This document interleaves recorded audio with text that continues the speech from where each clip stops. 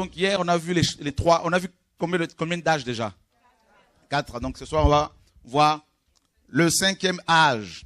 Donc on a compris hein, l'âge. Hein, donc 1 Timothée 1,17 nous dit que Dieu est le roi des âges. Hébreux 11, on nous dit que c'est par la foi que nous reconnaissons que les âges ont été créés par la parole de Dieu. Or, Yeshua est la parole de Dieu. Donc c'est Yeshua qui a créé les âges. Et le premier âge, bien sûr, c'est l'âge de l'éternité, tout ça. Et puis le deuxième âge, l'âge du remplacement, quand l'homme va chuter. Hein, l'âge du remplacement ou de la responsabilité morale. Et le troisième âge, l'âge du règne de Babylone ou encore de la mise en place de Babylone. Parce que Babylone continue à régner hein, jusqu'à présent. Donc l'âge de la mise en place de Babylone. Voilà, on en a parlé hier. Le 4e âge, c'était l'âge de la restauration de la foi et de la promesse avec Abraham. Et le 5e âge, donc nous sommes dans le livre d'Exode.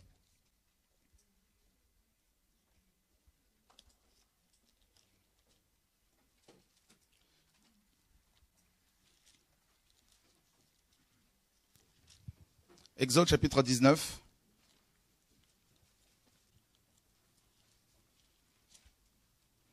Pendant la révision de la Bible, tout ça, on a beaucoup, j'ai particulièrement souffert par rapport à ce livre-là. Parce qu'il fallait respecter beaucoup de choses, des codes à respecter, c'était du boulot. Autant les psaumes, c'était beaucoup plus facile, mais Exode, parce qu'il y a des termes. Hein, les livres de la loi, là, Exode, tout ça, Lévitique aussi. Et parce qu'il fallait respecter les couleurs, les termes bien spécifiques, les termes techniques. Et par rapport au sacrifice, on en parlera un jour, mais c'est du boulot. Ah là là. Les gens, ils ont la BGC comme ça, ils ne se rendent pas compte du travail. Quand je vois des frères, ils ont la première version, ils viennent encore, deuxième version, ils veulent encore la troisième version, je me dis, mais attendez, vous ne vous rendez pas compte, les amis. Je vous dis, hein, c'est pour ça la version qui va sortir là, c'est que pour les inconvertis. Si vous la voulez, vous allez devoir la télécharger. Et c'est plus pour les gens qui viennent de l'extérieur, de loin. Parce que quand on part à Nouvelle en Polynésie française, là, les gens ils disent, ben nous ici, là, on n'a rien. Et ici, les gens, ils ont la première version, deuxième version, troisième version, quatrième version pour ceux qui sont de l'extérieur. Donc, c'est déjà sorti. S'il vous plaît, ne venez pas nous embêter après. Si vous la voulez, là, vous pouvez aussi vous me la commander directement chez l'imprimeur. Comme ça, c'est bon, ça va aider les gens. Vrai ou faux? Là, on part à l'étranger, les gens disent, mais nous, là-bas, ils sont gâtés et nous. Donc, je parle pour eux ce soir. Voilà. Vous vous rendez compte, les frères et sœurs de la Nouvelle-Calédonie, 37 heures de vol d'ici, ils ont juste 10 exemplaires. Et c'est injuste. Donc, ici, on est gâtés. Exode 19. On doit vraiment penser aux gens, déjà même en France, les gens qui sont en province, qui n'osent pas, qui n'ont pas le temps pour venir ici, qui travaillent durement, qui sont dans les coins reculés, dans les montagnes, tout ça. Il y en a beaucoup qui aimeraient bien avoir cette version-là. Donc, il faudrait maintenant qu'on pense à tout ce monde-là. Je pense que beaucoup parmi vous l'ont compris. Donc, forcément, je ne le verrai pas quand ça va sortir pour venir la réclamer. Que Dieu soit béni. Alléluia. On vous aime beaucoup. Je sais que Paul disait, je me lasse de vous écrire les mêmes choses parce que pour vous, cela est salutaire. Il a souffert, Paul. Hein? Ok, Seigneur, merci. Au premier jour du 3e mois, après que les enfants d'Israël furent sortis du pays d'Égypte, Exode 19, en ce même jour-là, ils vinrent dans le désert de Sinaï. Étant donc partis de Riphidim, ils vinrent au désert de Sinaï et campèrent au désert. Et Israël campa vis-à-vis de la montagne. Et Moïse monta vers Dieu, car Yahweh l'avait appelé de la montagne pour lui dire, tu parleras ainsi à la maison de Jacob et tu annonceras ceci aux enfants d'Israël. Vous avez vu ce que j'ai fait aux Égyptiens, comment je vous ai porté comme sur des ailes d'aigle et vous ai amené à moi. Maintenant donc, si vous obéissez à ma voix et si vous gardez mon alliance, alors vous serez quoi? Voilà. Qui c'est qui a la version électronique. On a dit quoi là? C'est écrit quoi? Vous serez ma propriété. Amen. Voilà le mot, ce que ce mot aussi signifie. C'est la première définition. On a choisi ce mot-là. Vous serez ma propriété. C'est pas pareil, hein? Être la propriété de Dieu, mes amis. Voilà. Donc on comprend ce que Pierre a dit. Hein, nous sommes le peuple acquis. Voilà. Vous serez ma propriété. Donc ça c'est le Seigneur qui dit. Et continue, il dit. Vous serez ma propriété parmi tous les peuples, car toute la terre m'appartient. Amen. Dis à ton voisin, la terre appartient à mon Père. Voilà. C'est beau hein, de se rappeler cela. Parce que Satan, c'est un locataire là. Et encore, il ne paye pas. Donc lui, ça, il a usurpé, n'est-ce pas, l'autorité, tout ça là. Il a volé les clés, il a eu Adam. Et les clés ont été reprises, heureusement. Mais pour l'instant, il a juste un sursis là. Il reste très peu de temps, la parole nous dit. Voilà. D'accord? Il a fait de la prison. Seigneur, merci. Et vous serez un royaume de prêtres et une nation sainte. Ce sont là les discours que tu tiendras aux enfants d'Israël. Puis Moïse vint et appela les anciens du peuple et proposa devant eux toutes ces choses-là que Yahweh lui avait ordonnées. Et tout le peuple répondit d'un commun accord en disant, nous ferons tout ce que Yahweh a dit. Et Moïse rapporta à Yahweh toutes les paroles du peuple. Donc ici, dans Exode 19, nous sommes sur Moïse sur le mont Sinaï. Dieu va le convoquer sur cette montagne et il va lui révéler des choses. Moïse est resté combien de temps sur cette montagne? 40 jours et 40 nuits. Il a fait ça 2 fois. Et là, Dieu lui donne d'abord la Torah. Que signifie Torah? La loi, l'enseignement. Dieu lui révèle la loi, la Torah. Et c'est là, c'est ici que commence l'âge de la loi. Voilà.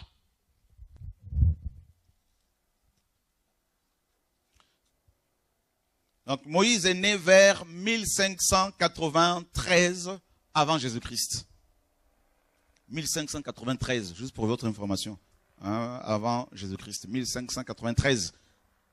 Là, c'est à cette date-là que Moïse serait né. Je parle au conditionnel. Voilà. Et là, si vous calculez, vous faites 1500 plus 80, vous aurez à peu près la date approximative de l'appel de Moïse. Il a été appelé à l'âge de 40 ans. À l'âge de 80 ans, il est sorti de l'Égypte avec les enfants. Il est appelé à l'âge de 80 ans. Voilà. À 40 ans, il a quitté l'Égypte. Dieu a pris 40 autres années pour le briser, pour le vider de l'Égypte. Ça fait mal, hein? Quand Dieu te vide du passé, là, c'est comme un poisson, là, tous les boyaux, on les sort. C'est un déracinement total. On est tous passés par là, en tout cas les vrais chrétiens. Et le pire, c'est qu'on ne peut pas faire marche arrière parce qu'on se dit, sinon l'autre va m'attraper, ça va être compliqué. Donc, c'est un parcours unilatéral. Amen. Irréversible. C'est pour cela qu'on est là. On n'a pas le choix. Amen. Alors, le Seigneur, il appelle cet homme. Moïse est un vieillard. Il lui dit, monte sur la montagne. Il lui révèle la loi. Voilà. Là, maintenant, on a vu que l'âge ici, là, l'âge du règne du péché, de la chute de l'homme au retour visible du Mashiach, les hommes qui sont coincés ici, donc nous tous, sont comprimés par le temps, sont comme des ignorants, des bébés, et Dieu ne va pas leur donner la révélation de sa personne de manière définitive parce que personne ne peut la supporter. Amen. Ça va, Papa Nat? Personne ne peut la supporter. Alors, Dieu va aller progressivement dans la révélation. Et là, il arrive au niveau de la loi, il révèle à Moïse des choses. Alors, on va voir ici, on va rentrer dans ce qu'on appelle la typologie aussi, hein, la typologie. Et le type. Alors, qu'est-ce que la loi, justement? Rappelez-vous bien que l'objectif de tout ce que Dieu faisait ici, c'est de révéler Christ. Parce que le vent de l'Esprit soufflait dans ce tuyau ici, selon Apocalypse 19. Hein? Donc, le témoignage de Yeshua est l'esprit de la prophétie. Or, l'esprit, c'est le vent. Donc, littéralement, le vent de l'esprit souffle dans cet âge, dans ce tuyau de l'âge limité, l'âge du péché, pour révéler Christ. Au fur et à mesure. Donc, quand Dieu révèle la loi, son objectif, c'était quoi? De révéler Christ. Parce que l'homme a perdu Christ en chutant, en désobéissant au Seigneur. Il a perdu la gloire de Dieu en Christ. Donc, il fallait lui révéler de nouveau Yeshua. Alors, quand on parle de la loi de Moïse avait 3 aspects principaux. Hein? 3 aspects principaux. Et, ou encore, on va dire, il y avait 3 types de lois. Voilà. Donc, le premier type de loi, c'est ce qu'on appelle la loi morale.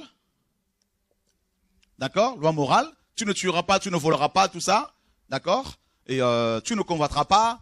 Voilà, loi morale. Ça, c'est la base. Le socle de la loi mosaïque, c'est ça, la loi morale. C'est ce que Dieu a révélé premièrement aux hommes. D'accord?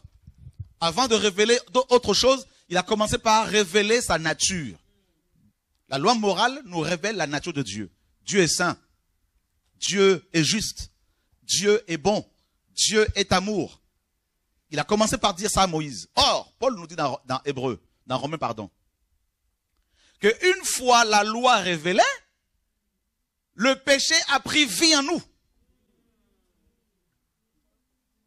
Vous n'avez pas compris. Il y en a qui n'ont pas compris. Tant que la loi de Dieu n'était pas révélée, tu faisais ta vie, tu n'étais pas conscient que la convoitise était un combat pour toi. Qui a déjà vécu ça? Oh Jésus, qu'est-ce qui nous arrive? Oh, je suis encore possédé. Non, tu n'es pas possédé. Là, c'est ta chair. Dis à ton voisin, la chair. Voilà. C'est pour ça qu'il faut l'enseignement, sinon on va tout mettre sur le compte des démons et on va se déresponsabiliser, se dédouaner de fautes que nous commettons chaque jour et dire au Seigneur, c'est pas moi, ce sont les démons. Et c'est beaucoup plus facile. On va lire ce passage-là. Vous voulez qu'on le lise? On va prendre notre temps ce soir, même si demain il y a le programme de réveil. Demain, il y a veillé, non? Ce soir, vous avez veillé? Ah, on peut veiller? Non. Ouais, pourquoi pas? Oui. Amen. Amen. On va se laisser guider. Mais non, quand même, parce que demain, il faut aussi de la force pour... Mais on aura, on aura, je vous assure, vu comment Dieu conduit les choses, on va refaire comme on faisait avant, là. Des enseignements, par exemple, de 18h au lendemain de 9h. Non-stop.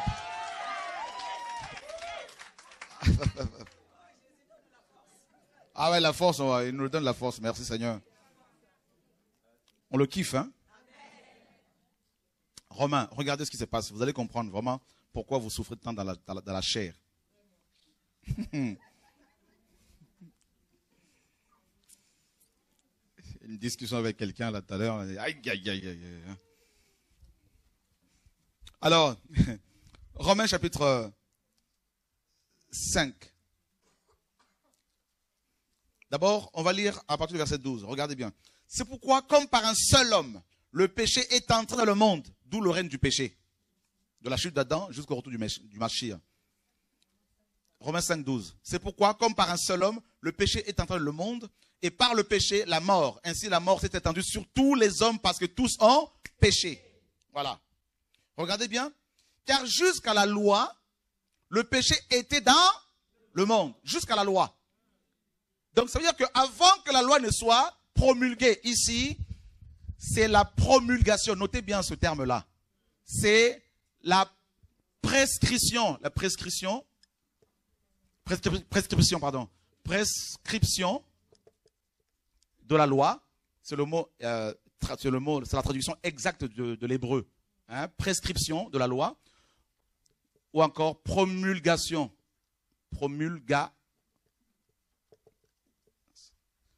ou encore on va dire c'est l'officialisation de la loi. D'accord? Voilà. Donc vous notez, après je vais effacer parce que le tableau n'est pas l'official.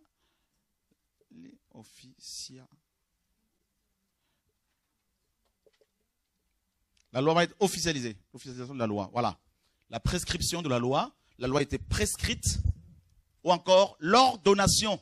Hein? Donc la loi était ordonnée. Voilà. Donc, voilà. Et là, dans Exode 19, donc vous notez bien ces termes-là, c'est important de le savoir. Parce qu'il y a des gens qui vont vous dire, mais la loi a été donnée par Moïse. Oui, mais avant Moïse, la loi était là, mais elle n'était pas prescrite. Elle n'était pas prescrite, elle n'était pas ordonnée. Elle n'était pas consignée dans un livre. Elle n'était pas écrite. Parce qu'avant Moïse, Dieu disait, par exemple, à Noé dans Genèse 9, je redemanderai l'âme de l'homme à l'homme. Donc, la loi du talion. Voilà, tu tues, on doit te tuer. Donc, Dieu ne voulait pas qu'on tue. Il a détruit Sodome et Gomorrhe avant Moïse. Parce qu'il y avait le péché. Parce qu'il n'avait pas écouté la prédication que Lot a portée. C'est un prédicateur de la justice, nous dit Pierre. Donc vous voyez bien que cette loi était là, bien avant Moïse. Mais elle n'était pas prescrite, elle n'était pas promulguée. Voilà, elle était en l'air. D'accord? Donc maintenant, mes amis, Paul nous dit, car jusqu'à la loi, le péché était dans le monde. Or, le péché n'est pas imputé quand il n'y a pas de loi. Donc, bien évidemment, la loi, jusqu'à ce que la loi soit promulguée, le péché était là.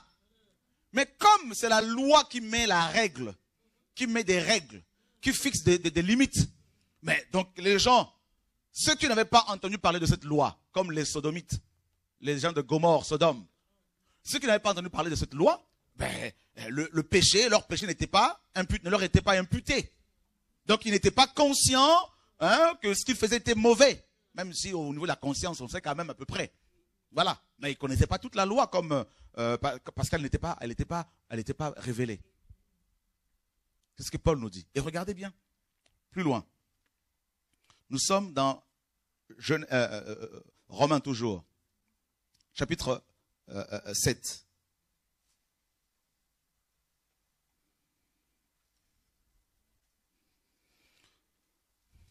À partir du verset 5.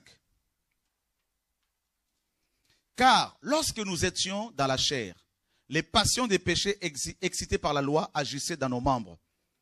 Voyez, les passions des péchés excitées par quoi? Par la loi agissaient dans nos membres. Donc c'est la loi de Dieu qui excite le péché en nous. C'est ça. C'est-à-dire, Dieu dit, tu ne convoiteras pas. Ah bon? Là, le combat commence ce jour-là. Maintenant, quand tu vois une belle femme, mais avant, il n'y avait pas ça. Avant, oh, elle est pas mal, celle-là. Pour toi, c'était normal. Mais la loi vient mettre des limites. Or, tout interdit suscite de la curiosité. Ah oui. C'est ça le problème. Vous comprenez un peu? Donc, je voulais quand même expliquer un peu ça pour que vous compreniez à peu près ce qui se passe. Et on continue.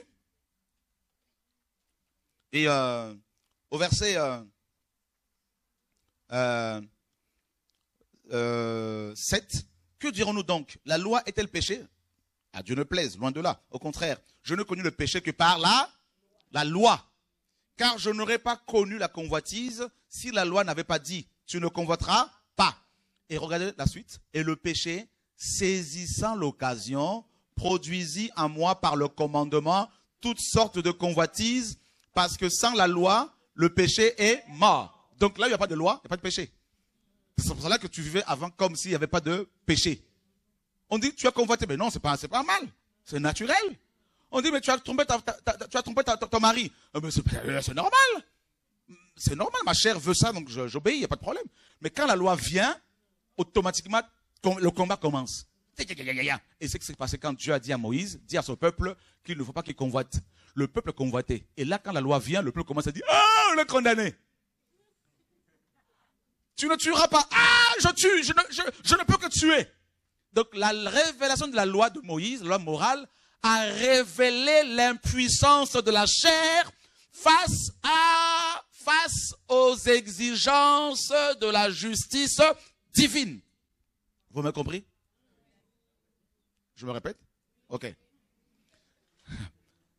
L'officialisation de la loi mosaïque, la prescription de la loi mosaïque, la révélation de la loi mosaïque, la loi morale. Quand Dieu l'a révélé, cette révélation de la loi a révélé l'impuissance de la chair humaine, de l'incapacité de l'homme face aux exigences de la justice divine. C'est-à-dire, la justice divine veut que l'homme soit saint, comme Dieu est saint. Dieu a dit, soyez saints comme je suis saint.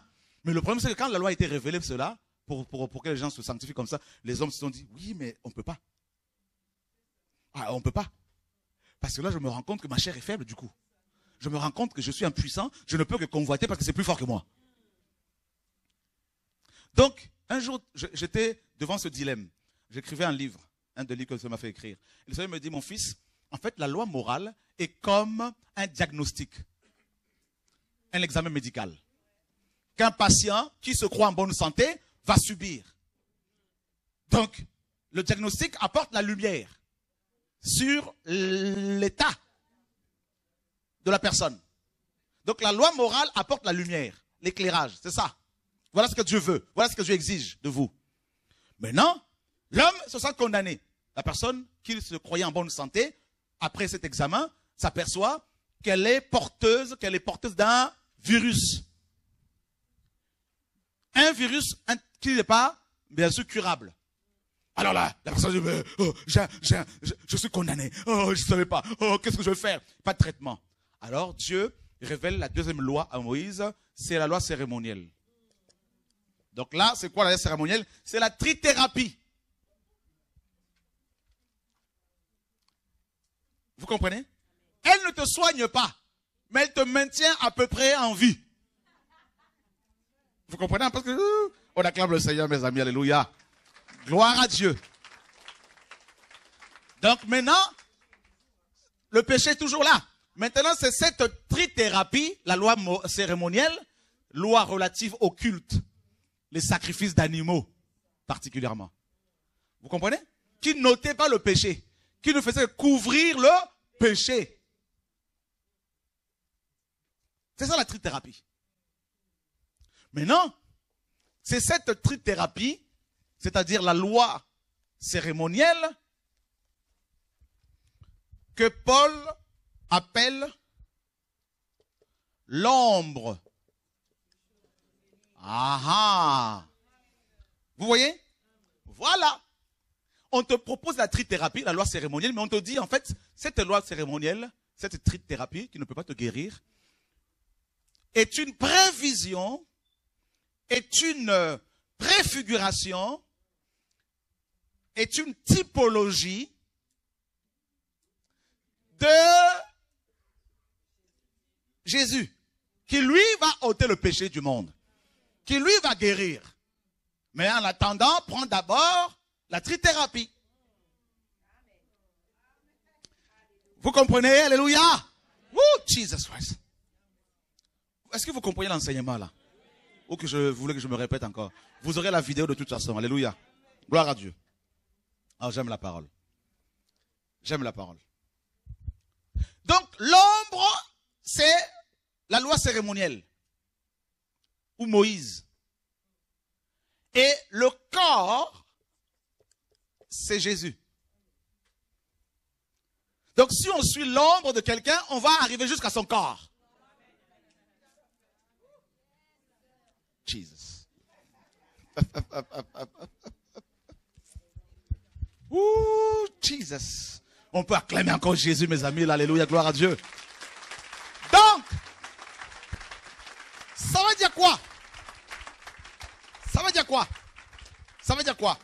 Vous voulez que je parle encore de la part du Seigneur? Ça veut dire quoi? Si Moïse est l'ombre de Jésus, ça veut dire que Jésus est passé par là. Si on dit que ça c'est un homme, c'est que je suis par là, je suis passé par là. Donc Jésus a bel et bien existé avant son incarnation. Alléluia! Woo, Jesus! Alléluia! Dis à ton voisin, la parole. La parole. Ouh, Jesus. On nous dit que l'ombre de Pierre guérissait les malades. Donc il fallait que Pierre marche pour que son ombre touche les malades. Donc sous Moïse, Jésus-Christ est passé seulement et son ombre protégeait et les condamnait à mort par Moïse. Alléluia. Jésus marchait jusqu'à sa naissance physique, frères et sœurs. Oh, tu n'as pas compris encore bien comme il faut là. Donc, sous Moïse, il a dit cette fois-ci, ce n'est pas la foi qui va te restaurer, ça a déjà été fait. Je veux marcher maintenant. Je veux marcher. C'est pour ça que les enfants d'Israël ont marché de station en station. C'est pour ça que la nuée les conduisait. Mes amis, alléluia, la colonne de feu la nuit. Oh, Jesus, c'est la marche. Ça, c'est l'image de la marche chrétienne. C'est l'église qui marche dans le désert et Yeshua la nuée marchait, mes amis. C'est l'ombre. Et son ombre protégeait les gens provisoirement. Et l'ombre, le corps allait jusqu'à la naissance. Vous voyez? Oh, Jesus Christ.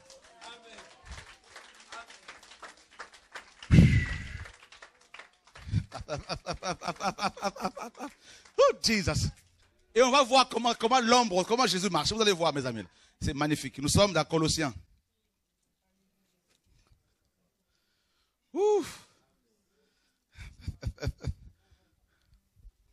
Colossiens chapitre 2.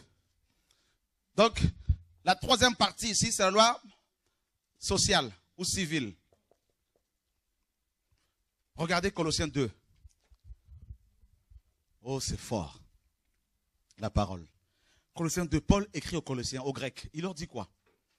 Il dit que personne, au verset 16, que personne donc ne vous juge au sujet de quoi? Du manger et du boire. On s'arrête d'abord là. Que personne ne te juge. Alléluia. Tu peux manger de tout. Alléluia. Jesus Christ. Il dit que personne ne vous juge, il ne vous condamne au sujet du manger et du boire. Vous allez comprendre pourquoi. Juste un exemple. Sous Moïse, dans l'ombre, il ne fallait pas, donc sous Moïse, on parlait du manger et du boire. Notez bien. Hein? Il ne fallait pas manger du porc. Posez-moi la question pourquoi. Le porc représentait les nations, les païens. Il ne fallait pas manger du corbeau, les païens.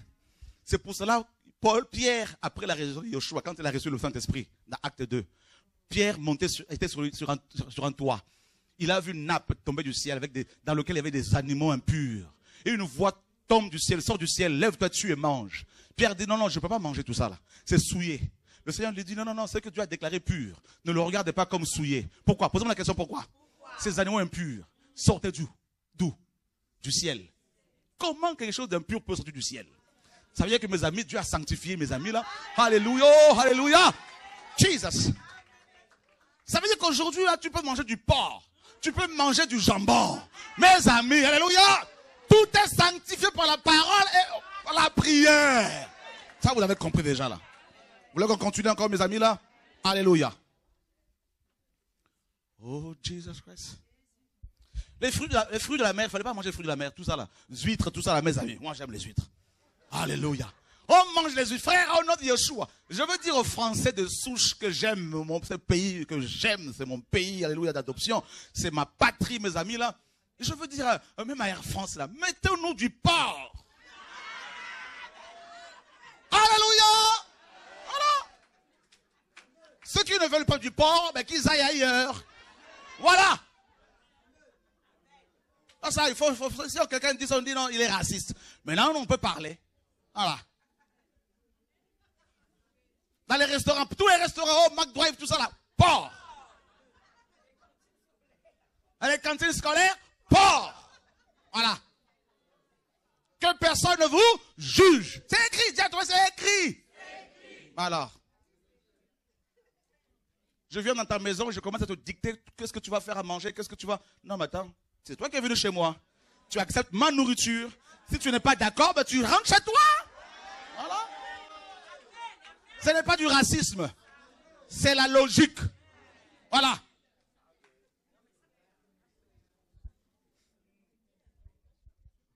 Alléluia.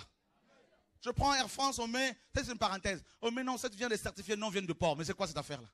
Et les Français qui sont là-dedans, qui aiment le porc. C'est de la discrimination, tout ça là. C'est pas normal. C'est du racisme anti-blanc et anti-français. Voilà.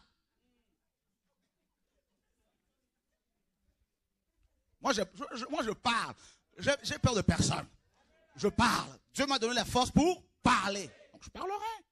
Je ne suis pas là pour l'argent. Je ne suis pas là pour être acclamé. Ce n'est pas mon problème. Je balance et je me cache. Ouais.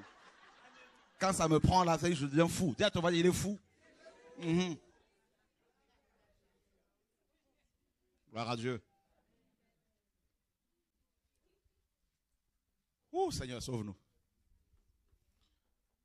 C'est pas moi, c'est écrit. Voilà. On dit non, les démons sont rentrés dans les porcs, tout ça, c'est pour ça qu'il ne faut pas manger du porc. Les démons, ils sont sortis, les porcs là sont déjà morts depuis ces porcs là. Ils se sont noyés, c'est écrit. Aujourd'hui là, tout est sanctifié. Un jour, il y aura un enseignement sur le porc. Pourquoi Dieu avait interdit la consommation du porc. Vous allez comprendre pourquoi. Voilà. Gloire à Dieu. Vous voulez que je continue? Ok. Les écailles tombent. Hein? Que Dieu me donne l'accès à TF1 là ou à France 2. On va sortir des choses, des bombes, mes amis là. Voilà.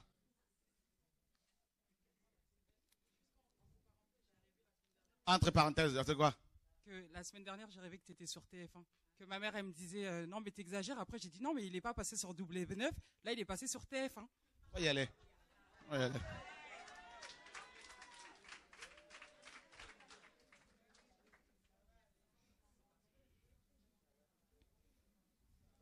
Gloire à Dieu.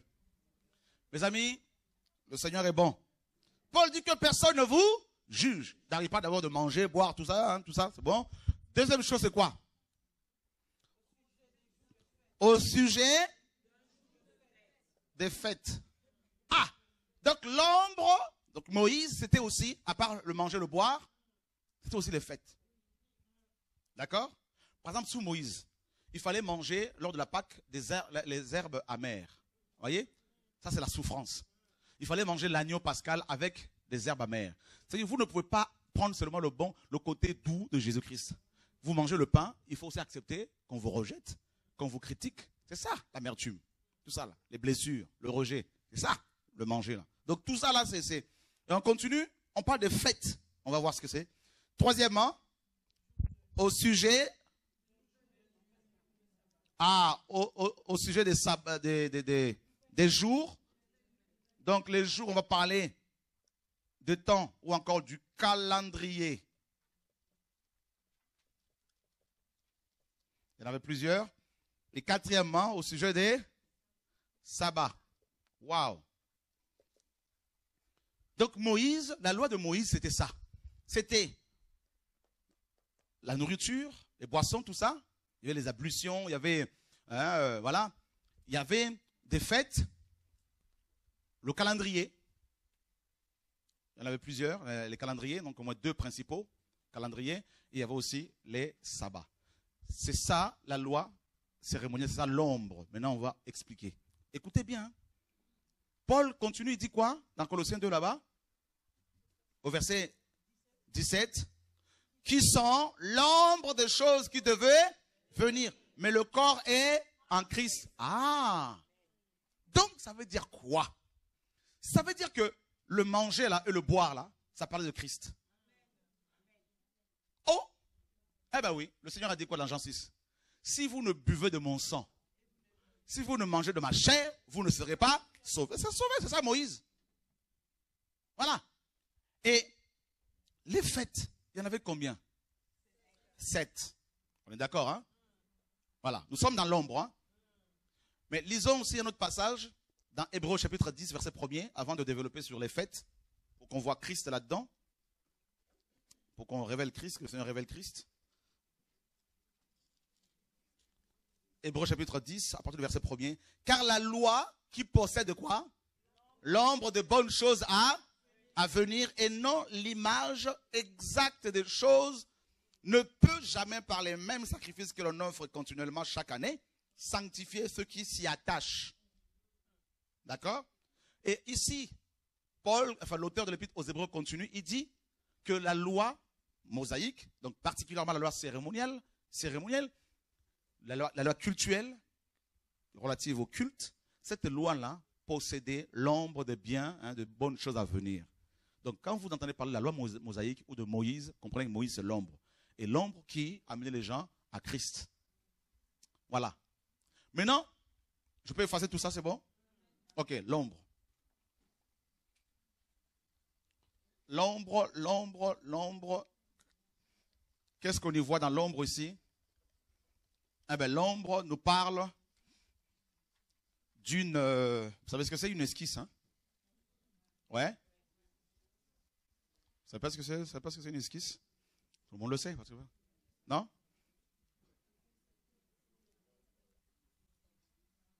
On peut dire en gros, pour simplifier les choses, c'est comme une espèce de croquis. Hein? Voilà, c'est un croquis. Voilà. Donc, un petit dessin qui représente quelque chose.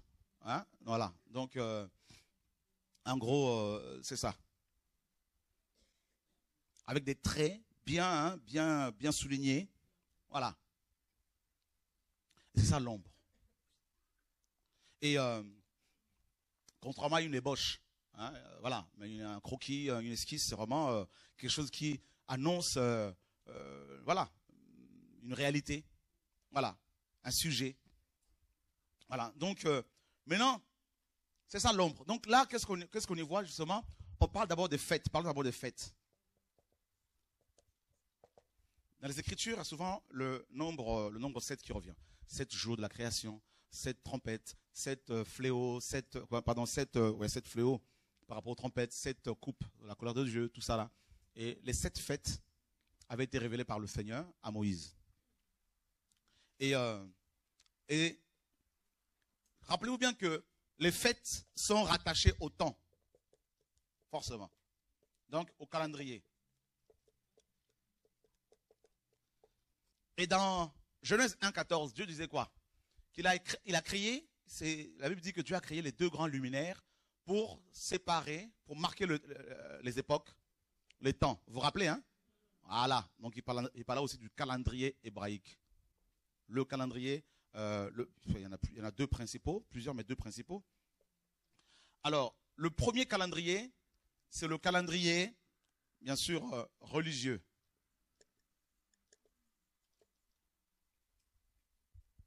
D'accord? Quand on parle du calendrier, on parle du temps. Dieu est le Dieu de temps. Rappelez-vous bien que nous sommes confinés, hein, dans le temps. Nous sommes là. Nous sommes dans le temps, un temps, ce qu'on appelle l'âge du règne du péché. Donc Dieu a prévu un calendrier. Voilà. Et il a dit à Moïse, voilà, eh bien, je veux me révéler aux enfants d'Israël tous les ans pendant la célébration de ces fêtes. À chaque fois qu'ils célébraient ces fêtes, à des époques bien fixes, hein, et ben c'était Christ qu'il fêtait. Et il ne le savait pas forcément. Voilà. Même Moïse lui-même, avec tout l'éclairage. Et c'était Christ. Et je tiens aussi à souligner que le Dieu de la Bible est le Dieu qui aime la fête. Les gens pensent que la vie chrétienne est une vie des rencarts, tout ça. On souffre, on galère, tout ça. Non, c'est pas ringard, on vit. Dis à toi, on vit. Hein? Dis-lui, on ne s'ennuie pas. La preuve. Avant, on allait dans les boîtes de nuit, là. Ce soir, on est là, non? On est plein de vie, on est là, la joie, non? C'est pas rencard, c'est pas rencard, on est heureux. Qui est heureux? Voilà. T'as vu tout le temps qu'on a perdu hier, là?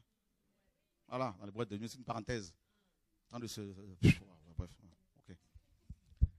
Et la première fête, c'est quoi? La Pâque. Et elle était célébrée quand? Au mois de Nissan. Mars-avril. D'accord? Le 14 du mois de Nissan.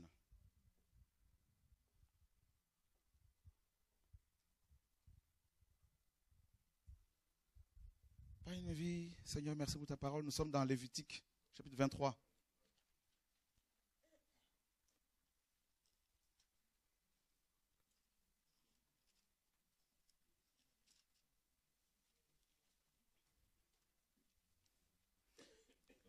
Yahweh parla aussi à Moïse en disant, parle aux enfants d'Israël et dis-leur, les fêtes solennelles de Yahweh que vous publierez seront des saintes convocations. Des saintes convocations. Déjà, ce n'était pas tout le monde qui était convoqué, c'était des personnes bien spécifiques. Voilà, c'est ici, ce sont ici mes fêtes solennelles. On travaillera 6 jours, mais au 7e jour, qui est le sabbat, le jour du repos, il y aura une sainte convocation. Vous ne ferez aucune œuvre, car c'est le sabbat à Yahweh dans toutes vos demeures.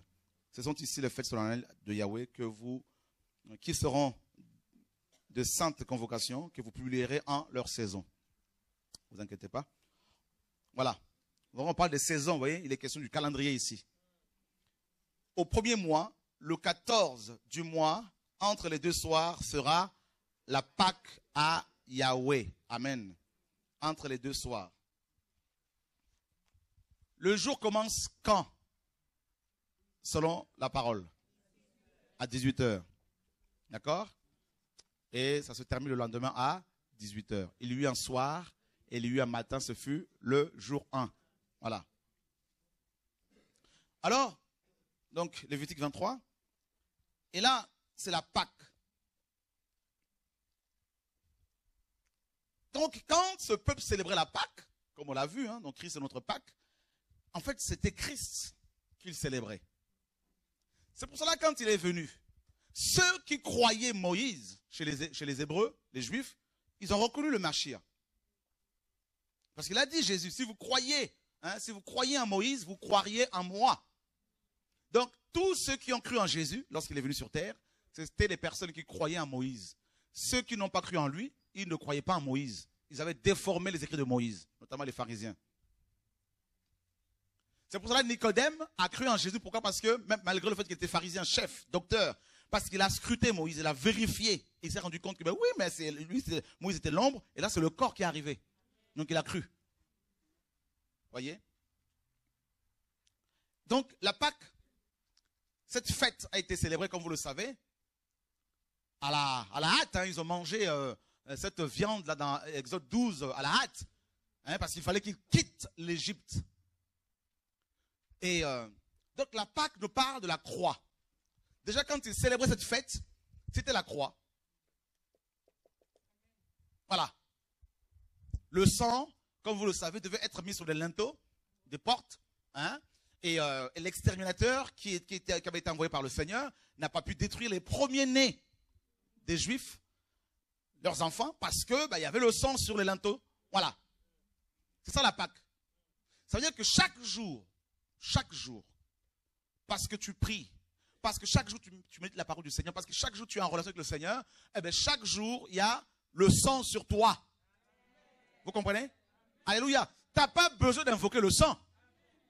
Parce que le Seigneur a dit quoi? Il dit, celui qui boit ce sang-là aura la vie. Si tu as la vie, qui peut amener la mort chez toi? Voilà. La vie détruit la mort. La mort est engloutie par la vie de Dieu. Et c'est pour cela Paul dit dans 1 Corinthiens 5, regardez bien, on va le lire, s'il te plaît, Guylaine. 1 Corinthiens 5, donc là on développe d'abord les fêtes rapidement, alors la typologie ici, là, donc la Pâque. 5, 7 à 8. 1 Corinthiens 5. 1 Corinthiens chapitre 5, verset 7. Ôtez donc le vieux levain, afin que vous soyez une nouvelle pâte, puisque vous êtes sans levain, car Christ, notre Pâque, a été sacrifié pour nous. Voilà. C'est pourquoi célébrons donc la fête, non avec du vieux levain, non avec un levain de méchanceté et de malice, mais avec les pains sans levain de la sincérité et de la vérité. Donc, même après la mort et la résurrection de Jésus-Christ, les premiers chrétiens célébraient la Pâque. Mais pas comme à l'époque de Moïse. Pas comme certains chrétiens le font aujourd'hui. On dit c'est la Pâque, on va fêter. Non, c'est pas ça. C'est tous les jours. Parce que Christ est en nous en permanence. Alléluia. Donc c'est tous les jours quand tu médites la parole, quand tu pries, En fait, quand tu crains Dieu, tu célèbres la Pâque. Et quand on célèbre la Pâque, l'exterminateur ne peut rien contre nous. Vous comprenez? Rien. L'histoire se répète. Quand ce démon, cet exterminateur est arrivé en Égypte, il a vu le sang, il est passé outre. En fait, c'est ça la Pâque.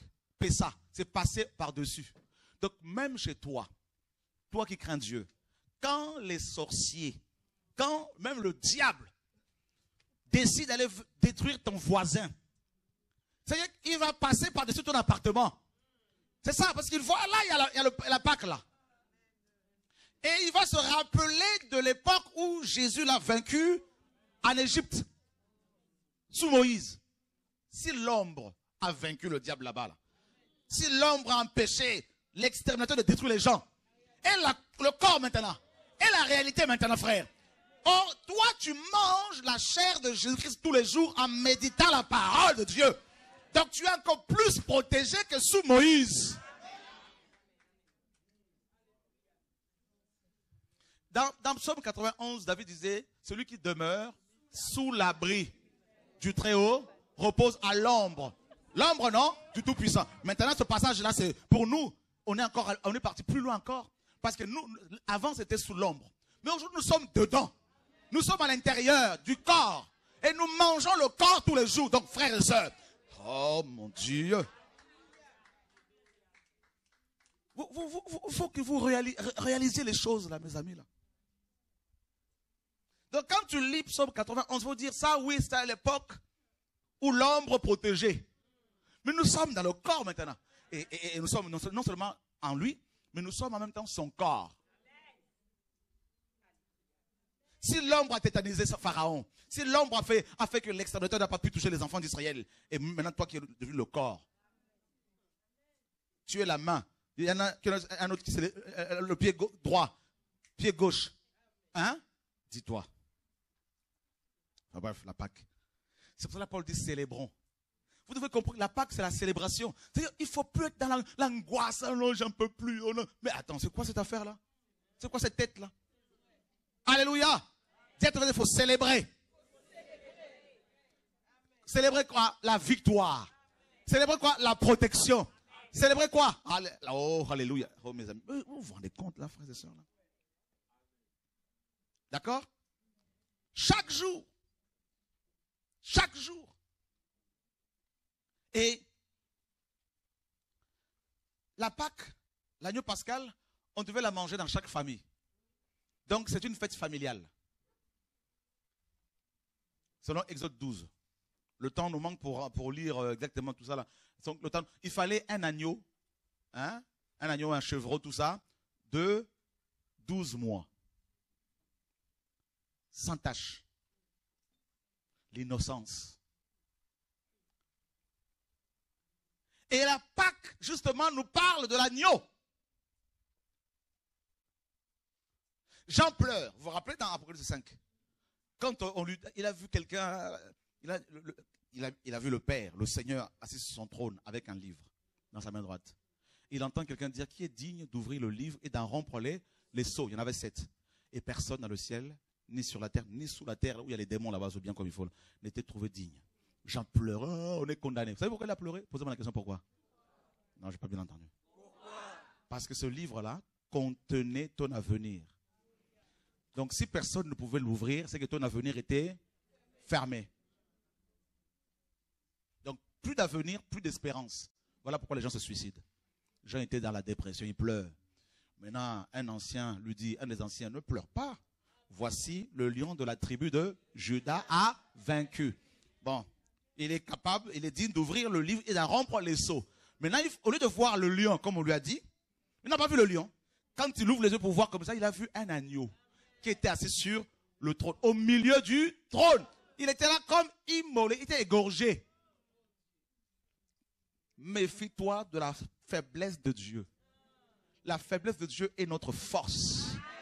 Voyez, c'est écrit, Paul le dit, mes amis là. Oh, alléluia. Un agneau. Tout le monde l'a minimisé. On dit, l'agneau, il va se calmer, il va se taire. Mais attention, il s'est levé devant lui comme une faible plante. Une jeune plante, mais très dangereuse. Tout le monde s'attend à voir le lion tout de suite, le lion qui va venir, tout ça pour. Mais quand il est venu lors de sa première venue, il est venu comme un agneau, pas le lion. Ah, Satan dit, oh, l'agneau, oh, je vais le bouffer. C'est pour ça qu'il a commis l'erreur d'aller le porter à la croix, parce que c'est le plan de Dieu. Vous voyez, une fois sur la croix, c'est écrit. Une fois que Yeshua était sur la croix, l'agneau, faible. Satan a réalisé que son royaume se déchirait. Il a envoyé les Juifs, ils ont dit quoi? Si tu es le Fils de Dieu, redescends. Ça a dit trop tard. Sur la croix. Ah! Alléluia! Redescends, il dit non, non, non, non, non, non, non. Je ne redescendrai pas vivant. Je redescendrai mort. Parce que par la mort, je veux vaincre la mort. Là, ah! Jesus.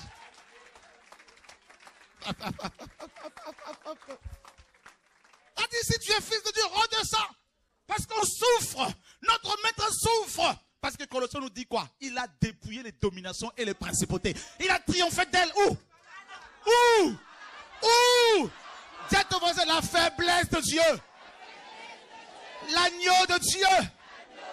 Alléluia. Méfiez-vous des petits. Ils peuvent être dangereux. Méfiez-vous des femmes. Il y a femme et femme. Quand une femme est habitée par le Dieu Tout-Puissant, elle devient la femme de Samarie. La femme samaritaine, frère de sœur. C'est pour cela Paul dit, alléluia, il n'y a ni juif, ni grec, ni homme, ni femme. Si quelqu'un est habité par l'agneau, frère, oh.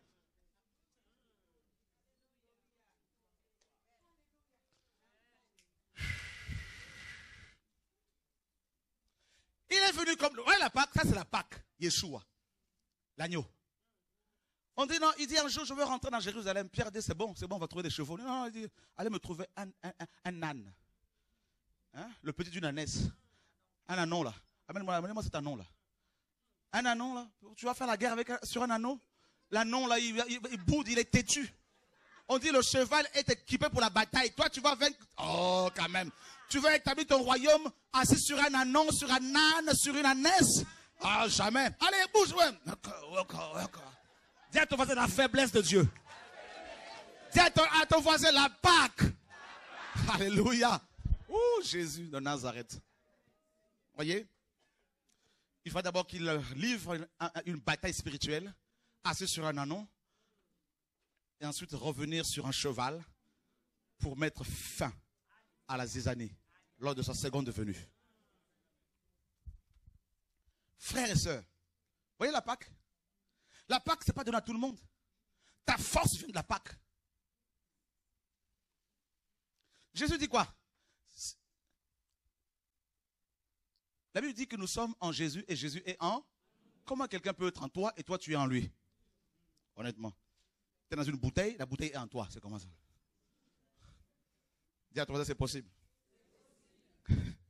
Tu as mangé l'agneau et le lion t'a avalé.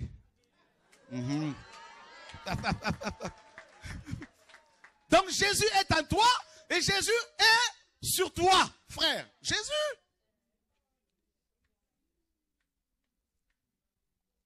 C'est pourquoi il ne faut pas vous... Non, moi, les démons viennent m'attaquer, je suis fatigué. Arrêtez de vous lamenter toujours. Mais moi, je n'en peux plus, un peu plus. Moi, je ne me tracasse pas, même quand c'est Satan qui vient. Je me lève, je dis, tu as été vaincu, moi, l'agneau. Je viens de manger l'agneau pendant longtemps. Je viens de méditer. Je viens de prier. Frère, voilà. Alors?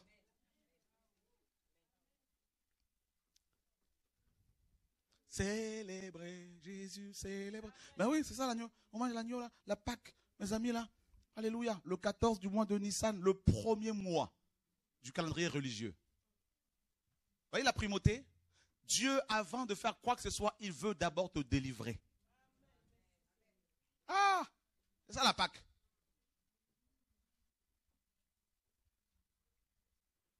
Premier mois, le 14 du mois, tac, il dit, allez, mangez. Ils ont mangé. Allez, la traversé. Tous ceux qui avaient mangé l'agneau ont traversé la mer. Là. Et je vais vous dire une chose, selon Exode 12. Jésus est trop fort. L'agneau, Quand ils ont mangé l'agneau, qu'est-ce qu'ils ont fait? C'est écrit.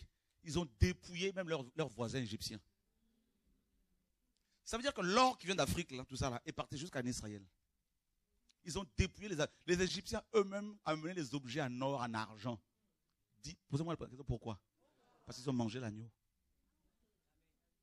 C'est-à-dire là, tu vas dépouiller les gens, pas avec financièrement, les gens qui sont forts, les sorciers avec les dents, les canines, les machins, les griffes.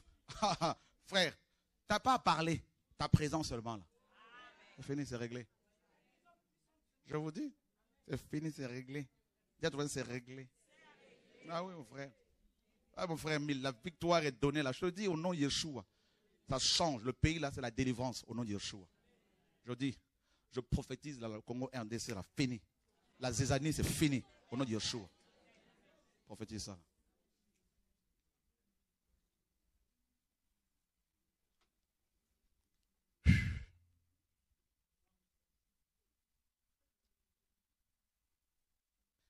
Vous avez vu, on n'a pas. Si c'était une vipère, on allait dire, bah, la vipère va nous défendre. Mais on dit, prenez un agneau, on dit, c'est l'agneau là qui va vous protéger, mais il est faible. Il est jeune, bah, c'est lui qu'il faut prendre. Nous, on s'attend à ce que quelqu'un de très grand, très riche vienne pour nous donner l'argent. David et Goliath, c'est écrit, non? Tout le monde méprise le petit là. Mais, frère, l'agneau. Deuxième fête, c'est laquelle? Le 15e jour de ce même mois sera la fête solennelle des pains sans levain à Yahweh. Pain sans levain.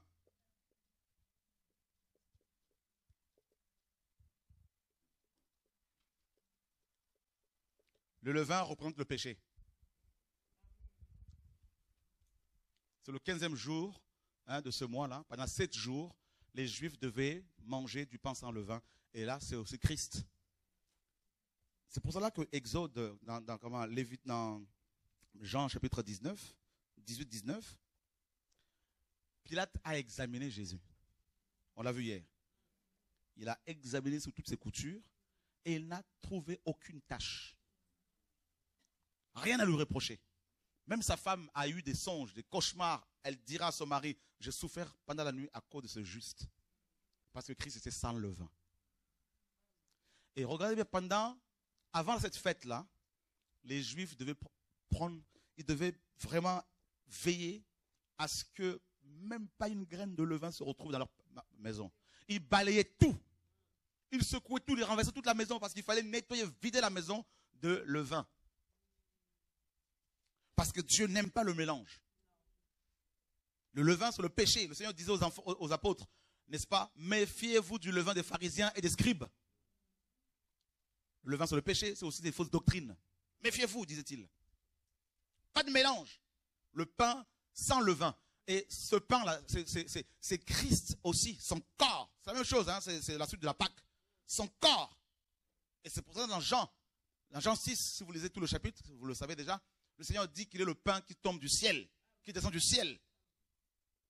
Et je vous dis, ce qui a maintenu les Hébreux en vie dans le désert, c'est la manne. D'accord? Le pain de grain, la manne. Et ce qui va te maintenir pendant la traversée de cette période difficile, où il y a le péché, il y a toutes sortes de choses, c'est la parole pure. Sans compromission.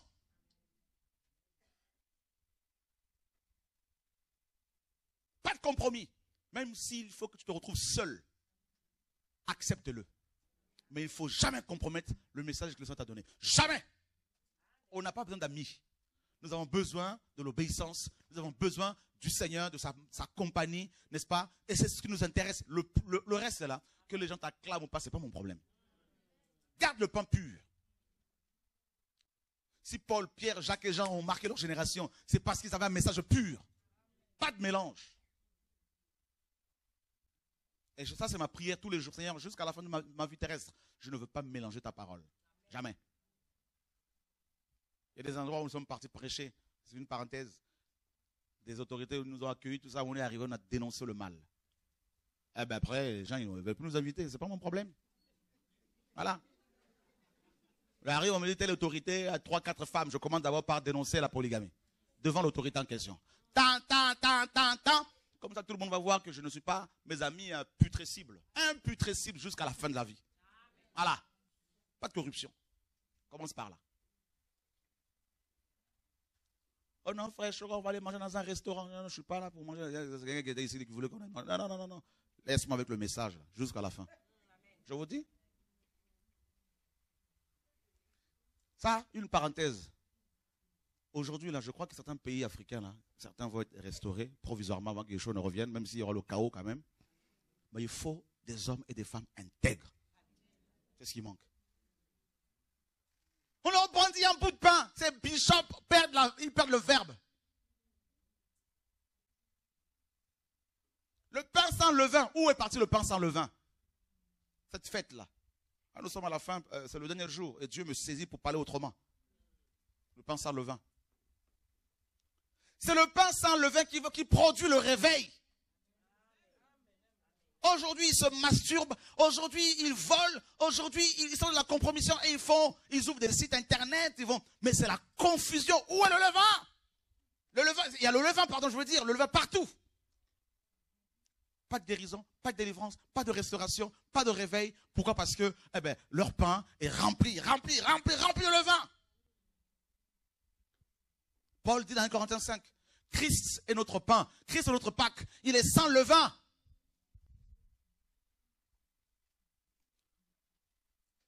Je me détache personnellement des gens qui ne veulent plus se sanctifier. Quand je vois quelqu'un qui ne veut plus sanctifier, je dis non, je ne peux plus. Je ne te condamne pas, mais je m'en sépare. Même si on se connaît depuis 40 ans, 50 ans, 60 ans, 90 ans, ce n'est pas mon problème. Que tu sois ma mère, mon père, ce n'est pas mon haut frère, soeur, ce n'est pas mon problème. Quelqu'un de ma famille s'est remarié, je dis je ne pars pas ce mariage. C'est pas mon problème. Je ne suis pas dans cette affaire-là. Famille ou pas, ça ne m'intéresse pas. Pas de mélange.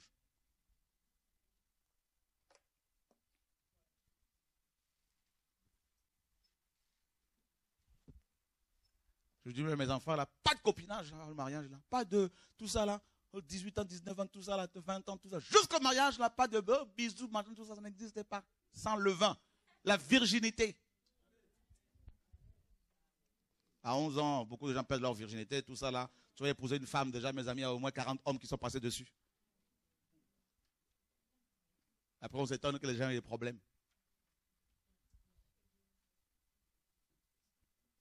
Les hommes, c'est pareil.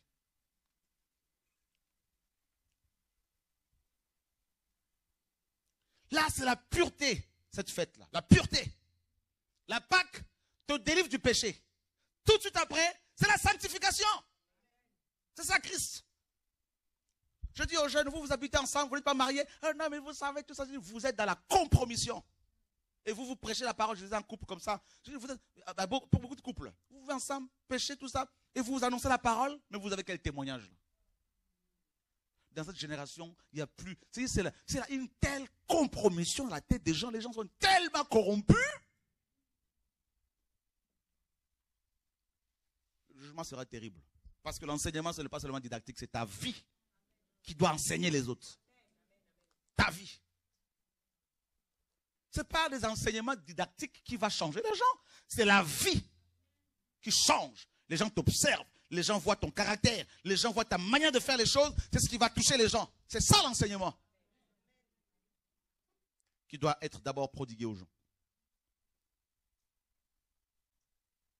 L'exigence. La Pâque. Oh oui, tu es dans le péché. La croix. Tu passes par la croix, la Pâque. Tu es libéré. C'est ça Christ. C'est la naissance, c'est la délivrance, c'est la restauration, c'est la rédemption. Mais tout de suite après, c'est l'expérience de la sanctification. Donc, la fête de pain sans levain est la conséquence de la Pâque. On ne peut pas se débarrasser du levain sans la puissance que la Pâque te donne. Il est impossible de se sanctifier sans avoir été au préalable justifié par le Seigneur. Donc la sanctification est la conséquence de la justification. Dieu te justifie et il te donne les moyens pour te sanctifier. C'est pour cela, personnellement, je ne suis pas mieux que les autres. J'ai tout le temps des problèmes. Parce que je refuse la compromission. J'estime qu'un prédicateur ne doit pas aller se retrouver, surtout un pasteur, chez des femmes, de jeunes femmes, en train de papoter chez la femme, ou appeler des jeunes femmes pour papoter, pour raconter des histoires. Je dis, mais ça, c'est pas correct. On dit, non, t'es dur. Je dis, ok, faites votre vie, je fais aussi ma vie. C'est pas possible. Et rappelez-vous bien, Christ est notre Pâque. Donc tous les jours nous mangeons la Pâque et tous les jours nous sommes sanctifiés. Donc quand j'entends des gens dire non, mais il aime quand même le Seigneur. Non, aimer le Seigneur, c'est accepter de marcher selon sa volonté. Donc on ne peut pas dire qu'on aime le Seigneur et dans le péché, c'est pas possible. Consciemment? Non. Voyez mes amis, nous allons ici dans les fêtes de Yahweh, l'expérience de la vie chrétienne révélée à Moïse sous la forme de l'ombre.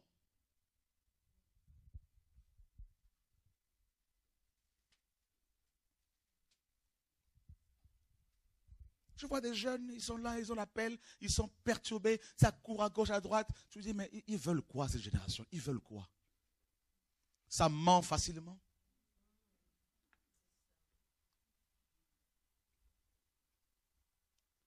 Si vous n'avez pas compris l'ombre, comment voulez-vous comprendre le corps?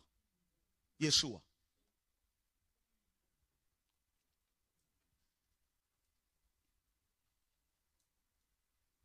C'est le pain qui va t'apporter la vie. Le pain apporte la vie. Mais si le pain est mélangé avec le levain, c'est fini, contaminé. Un pain contaminé produit des chrétiens falsifiés, des chrétiens tronqués, des chrétiens déformés. Donc un pain mélangé avec du levain, c'est un pain qui produit des fausses doctrines. Et les fausses doctrines donnent naissance, produisent des faux chrétiens. Et c'est ce que nous avons aujourd'hui.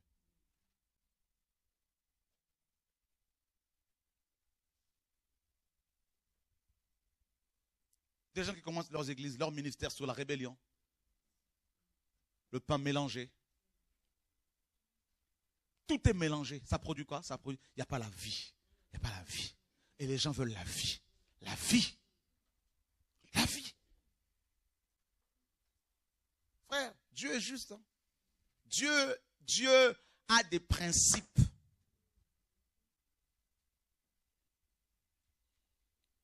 Paul reçoit son appel ailleurs, mais il est parti demander la prière des gens qui étaient là avant lui. C'est des gens qui ont marqué leur génération parce qu'ils avaient des principes, parce qu'ils avaient le pain pur. Aujourd'hui, le pain est tellement mélangé avec du catholicisme romain, avec ces églises dites de réveil, où les gens, excusez-moi, mais ça c'est, Dieu me saisit pour parler, pour que vous compreniez le message. C'est un message mélangé, tronqué. Ça parle un peu de sanctification et tous les chrétiens, oui, ils prêchent la sanctification. Mais vous ne savez pas ce que c'est la sanctification, mes amis. Là. Ils prêchent la sanctification, mais ils collaborent avec des pasteurs voleurs. Vous pensez que... Mais vous êtes envoûtés. Cette génération-là, tout le monde pratiquement est envoûté. Ce n'est pas possible.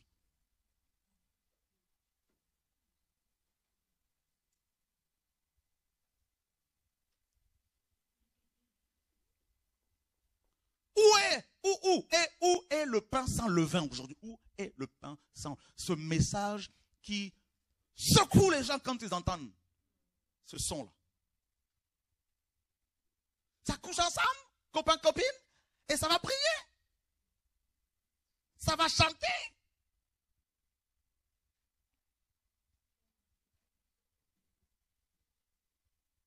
Non, je ne prêche pas pour remplir les bâtiments.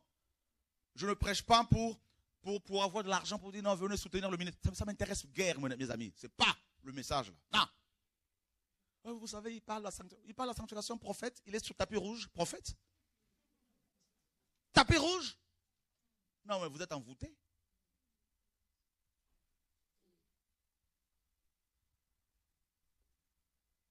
Quelqu'un dit, je vais aller voir ce monsieur parce qu'il a l'onction, mais il n'a pas les fruits de l'esprit. Comment il peut traiter des affaires comme ça avec les gens qui se rebellent contre lui?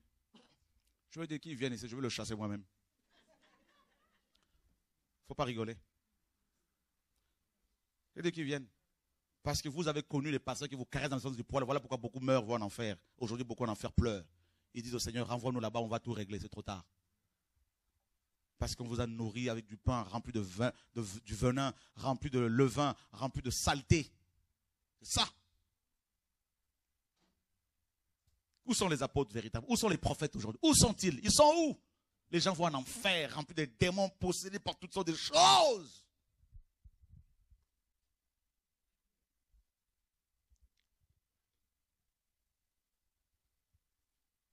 Vous avez vu Jésus-Christ s'asseoir sur un trône dans un bâtiment d'église, sur un trône?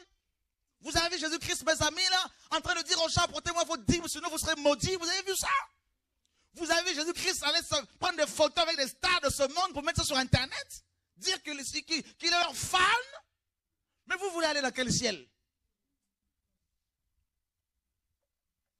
Une femme est venue la dernière fois, elle a clamé, non, que cette parole, elle est puissante, tout ça. Je lui dis, viens me voir au bureau, un peu, on est parti voir pour discuter. Alors, c'est comment? Oh, prie pour moi, mon mari est parti, tout ça. Ça fait seulement 6 mois, on se mariait, on était chez une prophétesse ivoirienne, tout ça. Là. 6 mois après, le mari, il est parti. Dieu me dit, il faut lui parler bien comme il faut. Parle-lui. Je lui dis, cet homme-là, est-ce que vraiment il est ton mari? Ah non, en fait, il s'est marié deux fois, une première fois, une deuxième fois. Je lui dis, tu es voleuse, tu as volé le mari de quelqu'un. La première femme, là, c'est ça, ta femme. Ah oui, mais elle s'est déjà remariée depuis longtemps. Je dis, c'est pas mon problème. Moi, c'est ce que la parole dit. Je dis, voilà pourquoi vous allez en enfer avec vos églisettes, là, tout ça, là.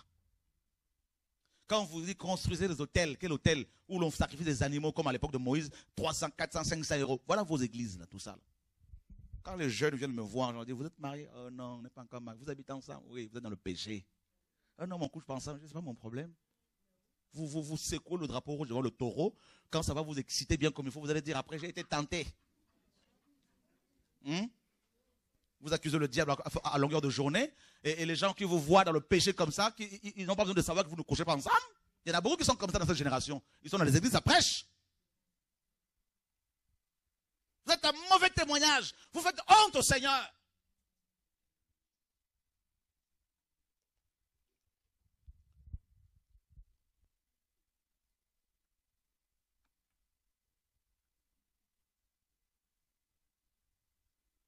Les maris pasteurs, ils sortent de la maison, ça laisse les enfants seuls, ça va traîner de maison en maison pour aller manger, courir après les gens qui ont des entreprises, pour avoir quelques billets de banque, pour avoir quelques euros. Ils se disent, pasteur, vous moquez de qui là, mes amis là? Où le pain sans levain aujourd'hui?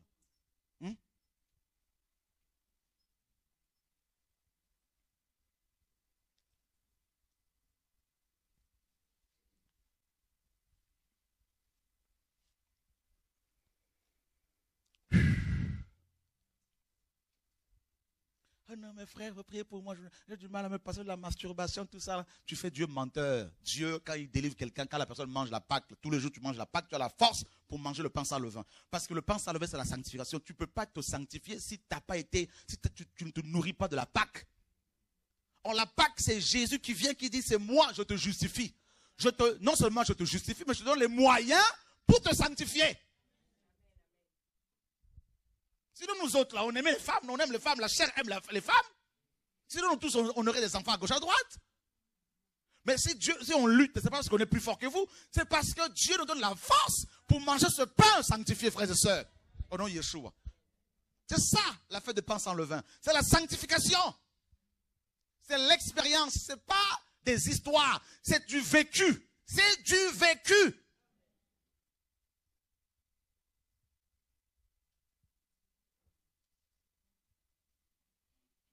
Vous voulez que je parle encore? On dit, frère, enseigne-nous. Frère, nous voulons recevoir du Seigneur la parole. Ouais. Je ne prépare rien en avance. Ah, Dieu me dit, ouvre ta bouche à chaque fois, je veux la remplir. Et quand le Seigneur commence à parler au cœur, là, vous avez sa lutte, il y a une force. Là-dedans. But. On veut avoir des grands ministères, soi-disant. On veut marquer sa génération. On veut le réveil. On lit les livres de réveil, des hommes et des femmes du réveil, qui ont marqué leur génération, tout ça, des hommes et des femmes que Dieu a utilisés. Mais c'est des hommes et des femmes qui étaient consacrés. Sans la consécration, il n'y a pas de résultat.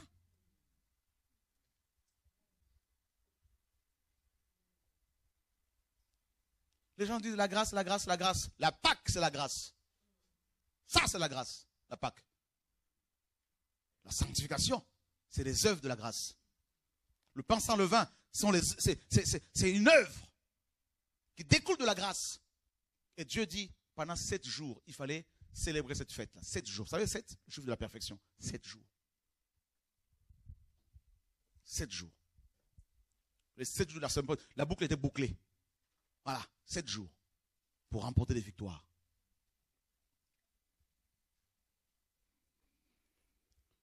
Qui veut remporter des victoires?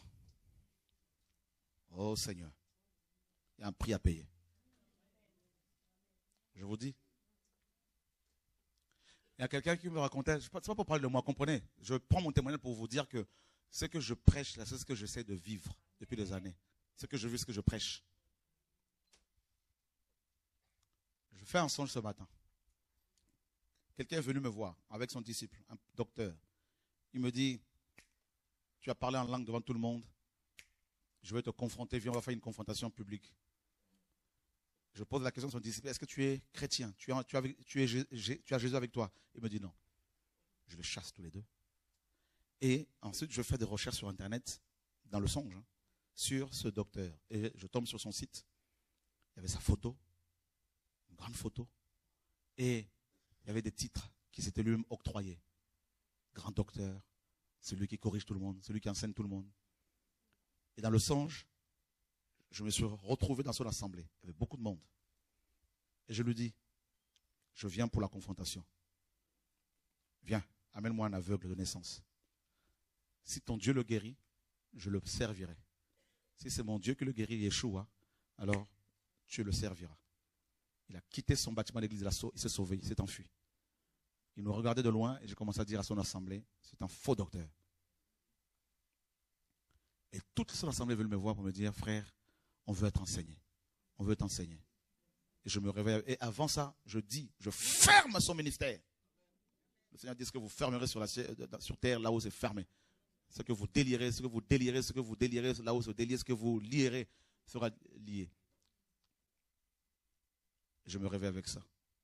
Le Seigneur me dit, là, tu vas commencer à fermer des choses maintenant. Tu vas déclarer des paroles là, pour que l'ordre revienne. Je dis, Seigneur, là, c'est chaud.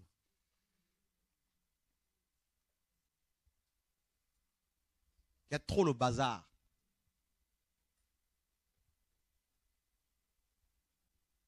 On fait Dieu menteur. On dit, où est Dieu? Où est? Frère, j'ai dit au Seigneur, tous les jours, je dis au Seigneur, Seigneur, si je ne dois pas expérimenter ce que tu écris, j'arrête.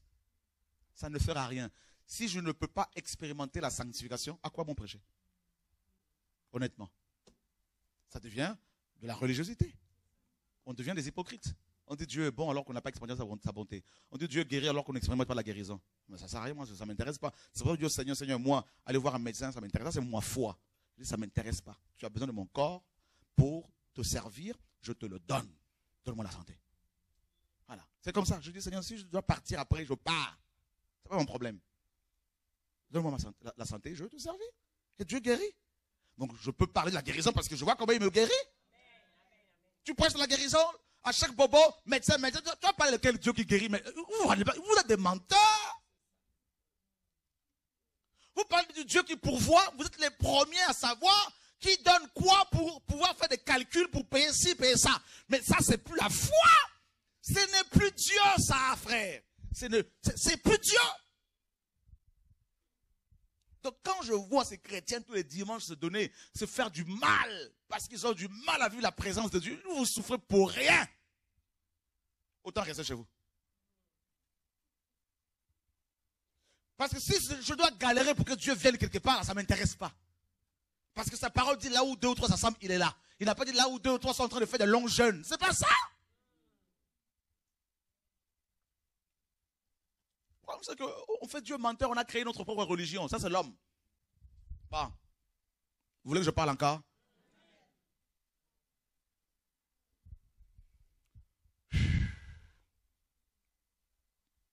Dieu est bon. En tout temps. J'ai l'impression que vous m'en voulez. De toute façon, je n'ai pas le choix.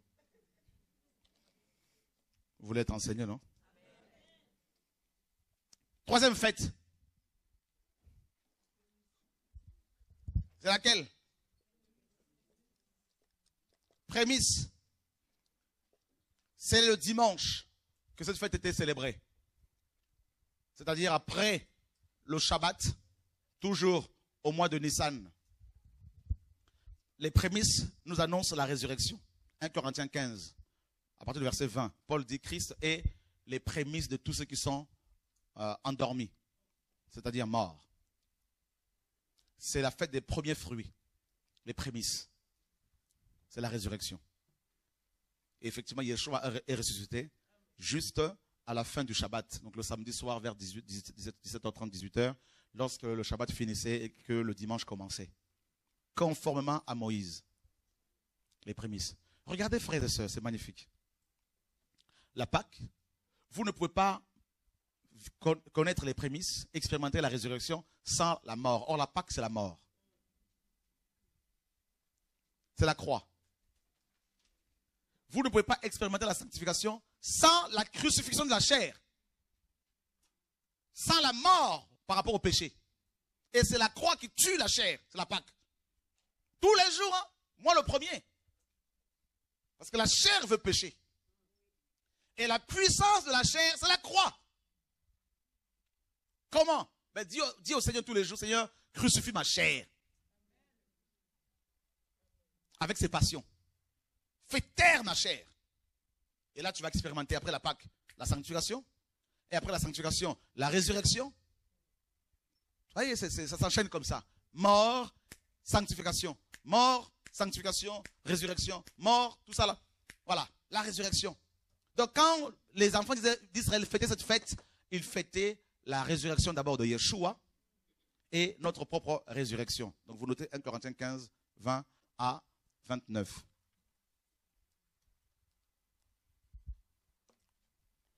Qu'est-ce que la résurrection? 1 Corinthiens 15 nous dit quoi? Que la foi chrétienne est basée sur, la foi et l'évangile sont basés sur la résurrection de Jésus-Christ. D'accord? Qu'est-ce qui fait que nous, chrétiens, nous avons de l'espoir, de l'espérance? Eh bien, c'est parce que nous croyons que Jésus-Christ est mort et ressuscité. Contrairement à d'autres religions. Ailleurs, on va parler de Bouddha. Bouddha, bon, il a atteint le nirvana, mais bon, on ne sait pas où se trouve son corps. Enfin, sous terre. Les autres prophètes, ils sont morts. Mais Christ est mort et ressuscité. Donc, du coup, nous avons l'espoir. Donc, du coup, les vrais chrétiens n'ont pas peur de la mort. Parce qu'ils savent qu'il faut être ressuscité. Voilà. D'accord? La résurrection. Ça paraît anodin pour nous, on dit, bon, la résurrection. Mais allez, les païens, ils ne savent pas où ils vont. Ils sont angoissés quand ils entendent qu'ils ont une maladie incurable. Regardez comment ils réagissent. Mais logiquement, un vrai chrétien va dire quoi? Seigneur, eh bien, si mon temps est venu, que ta volonté soit. On dit, mais tu es. Non, là, il est dans la dépression. Non, monsieur le médecin, je ne suis pas dans la dépression. Je rentre bientôt à la maison si mon père le veut. Voilà.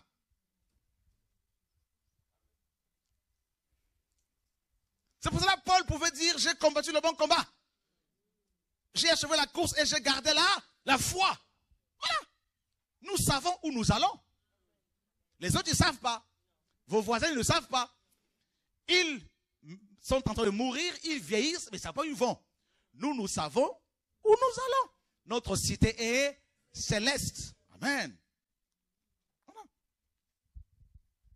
Pour avoir vécu des expériences après la mort, je vous assure, frère. Ah non. Et une vie. Et une vie après la vie. Là. Ah oui. Plusieurs fois. Tu arrives là-haut. Ouh, ils sont tous là. Alléluia, gloire à Dieu. Dieu redescend. Oh, la résurrection, tout ça. Ah oui. On n'en parle plus dans les assemblées. On nous prêche pour être sur terre, sur terre. On amasse. Maintenant, pour s'en débarrasser, c'est compliqué. On dit, oui, mais j'ai tellement travaillé dur, tout ça, pour avoir tout ça. Tout ça, c'est quoi? La fumée, la poussière. Ah.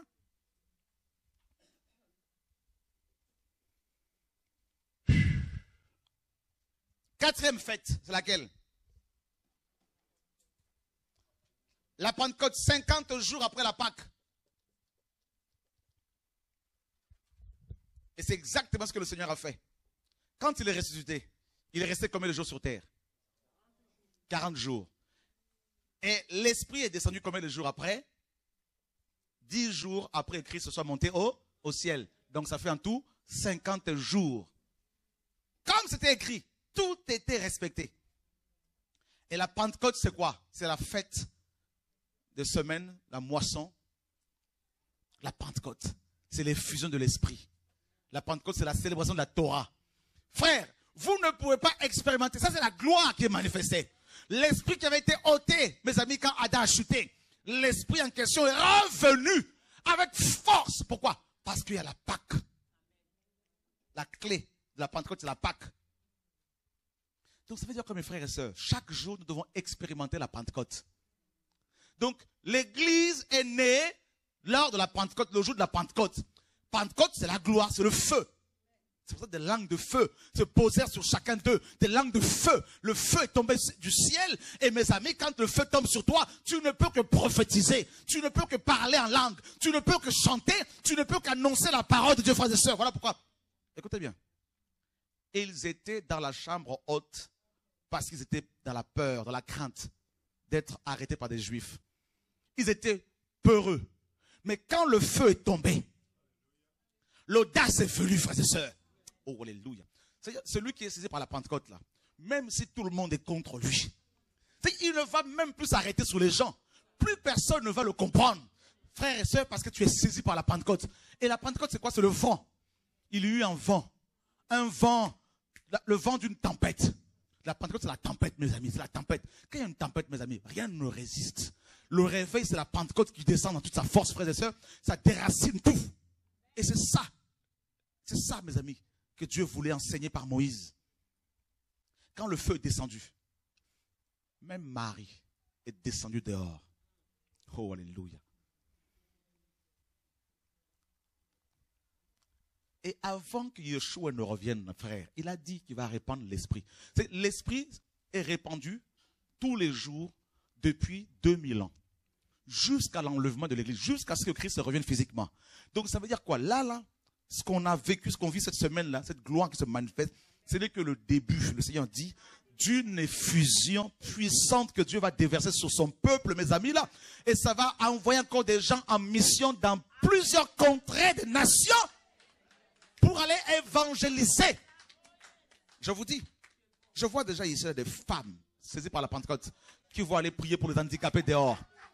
Je vois des gens, frères et sœurs, je vous dis, hein, je vois des jeunes, je vois des moins jeunes saisis autrement. Je vois même des prédicateurs que j'ai formés par la grâce de Dieu ici, là, qui, vous savez, je vais vous dire une chose, ce vent-là que Dieu déverse là, beaucoup de ceux qui sont même avec nous depuis des années sont passés à côté. C'est une nouvelle saison, c'est une nouvelle race. C'est des gens qui se disent, même si j'enseigne, je veux m'inscrire à Didasco, je veux écouter la parole. C'est des gens que Dieu a destinés pour marquer cette génération-là. Frères et sœurs, ils reçoivent une grâce nouvelle, une onction nouvelle, un feu nouveau. Ils reçoivent une impactation, frères et sœurs, alléluia.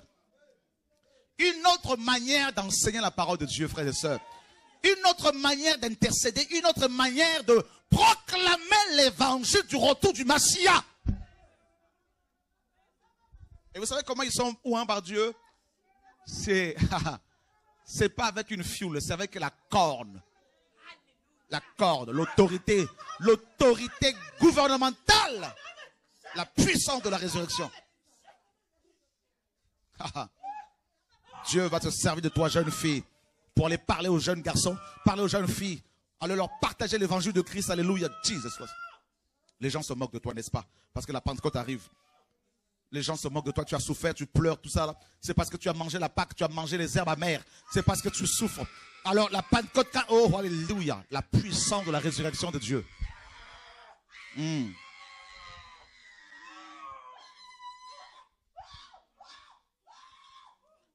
Le Seigneur dit, c'est pas dans les discours qui veut toucher davantage les gens. C'est la démonstration. Ça y est, rien que ta présence dans les endroits, dans certains endroits, ta présence seulement. Il y a des gens qui seront convaincus du péché. Tu sais pourquoi? Parce que tu passes par la Pâque. Tu passes par le pain sans levain. C'est la sainteté de Dieu en toi. Tu vas dégager la sainteté de Dieu tellement. Alléluia. Quand tu vas paraître seulement, les gens vont dire tu as changé. Qu'est-ce qui t'est arrivé? Tu dégages une sainteté qui nous fait peur.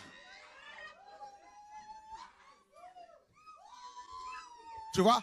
Même tes vêtements, comme l'habit que Paul portait, les mouchoirs qui avaient touché son corps, tellement que Paul dégageait la sainteté de Dieu. Le feu du réveil. Oh, alléluia, alléluia, alléluia. La Pentecôte, c'est la gloire, c'est l'esprit. Voyez? Et c'est l'esprit, c'est la colonne de feu qui accompagnait les enfants d'Israël dans le désert, dans leur marche. L'esprit de Dieu. Yeshua. La Pentecôte. La Pentecôte. Pierre prêche chez Corneille, le feu tombe. Paul annonce la parole, le feu tombe. Tous ces gens-là, ils ont été accompagnés par la Pentecôte tous les jours, tous les jours. Ce n'étaient pas des religieux. Tous les jours, ils avaient une expérience avec le Seigneur. Tous les jours, ils vivaient des choses, mes amis, des choses terribles, terribles. Et je vous assure, notre génération, là, où la technologie, mes amis, fait des dégâts. La technologie devient tellement une divinité, mes amis, là. La science, on peut soigner toutes sortes de maladies. Et Dieu va démontrer sa puissance, mes amis, avec juste une parole de ta part, là, au nom de Yeshua. Des maladies incurables, tout ça, là, des choses vont se restaurer. Des organes malades, défectueux vont commencer à se restaurer. Juste parce que tu as dit, Seigneur, au nom de Yeshua, je proclame la guérison dans ce corps. Je proclame la guérison dans ce corps. Je proclame la restauration dans ce corps malade, au nom de Yeshua. Juste ça. C'est pour cela ceux qui vont être accompagnés par Dieu, ceux et celles que Dieu va utiliser, ils passent par des grands brisements à ce moment-là. Ils passent par des grands brisements là. La Pentecôte. Oh oui. Voyez?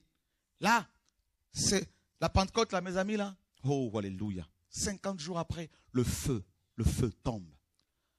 Et les Juifs célébraient cette fête aussi. En fait, la Pentecôte était la fête de la célébration de la Torah. La Torah, c'est la loi. Sans le Saint-Esprit, tu ne peux pas comprendre la parole écrite. C'est pour cela que le Seigneur a prévu la Pentecôte. Dieu ne veut pas des enseignants théologiques. Il ne veut pas des théologiens. Dieu veut des gens saisis par l'Esprit et qui vont ouvrir leur bouche et Dieu va la remplir, mes amis, là, au nom de Yeshua. Ce sont des oracles qui vont sortir. Les gens verront que quand tu prêches, là, c'est plus toi. Et les gens vont dire, là, je me repens. Il y a des gens qui vont dire, là, on se repent, là, on se repent, là, on se repent, on se repent. Tu vois? Avant que tu n'arrives, les gens vont commencer à se sanctifier eux-mêmes. C'est-à-dire, tu vas être précédé. C'est ça la Pentecôte. Précédé. Quand les gens vont t'approcher, ils vont dire, mais il est grand. Voilà la Pentecôte. La présence de Dieu, l'accompagnement, la puissance de la résurrection, le Saint-Esprit.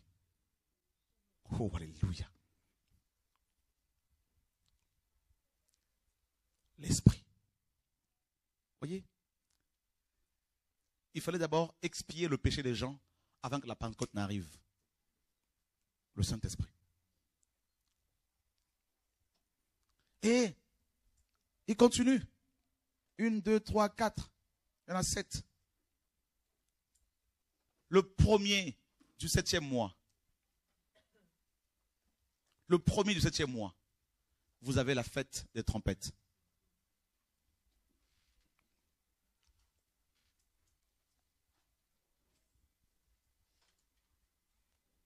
La fête des trompettes, le premier. Là, c'est le calendrier civil.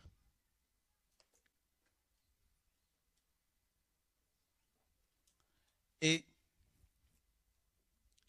le 10 du 7e mois, la trompette, vous savez ce que c'est, hein, la fête des trompettes?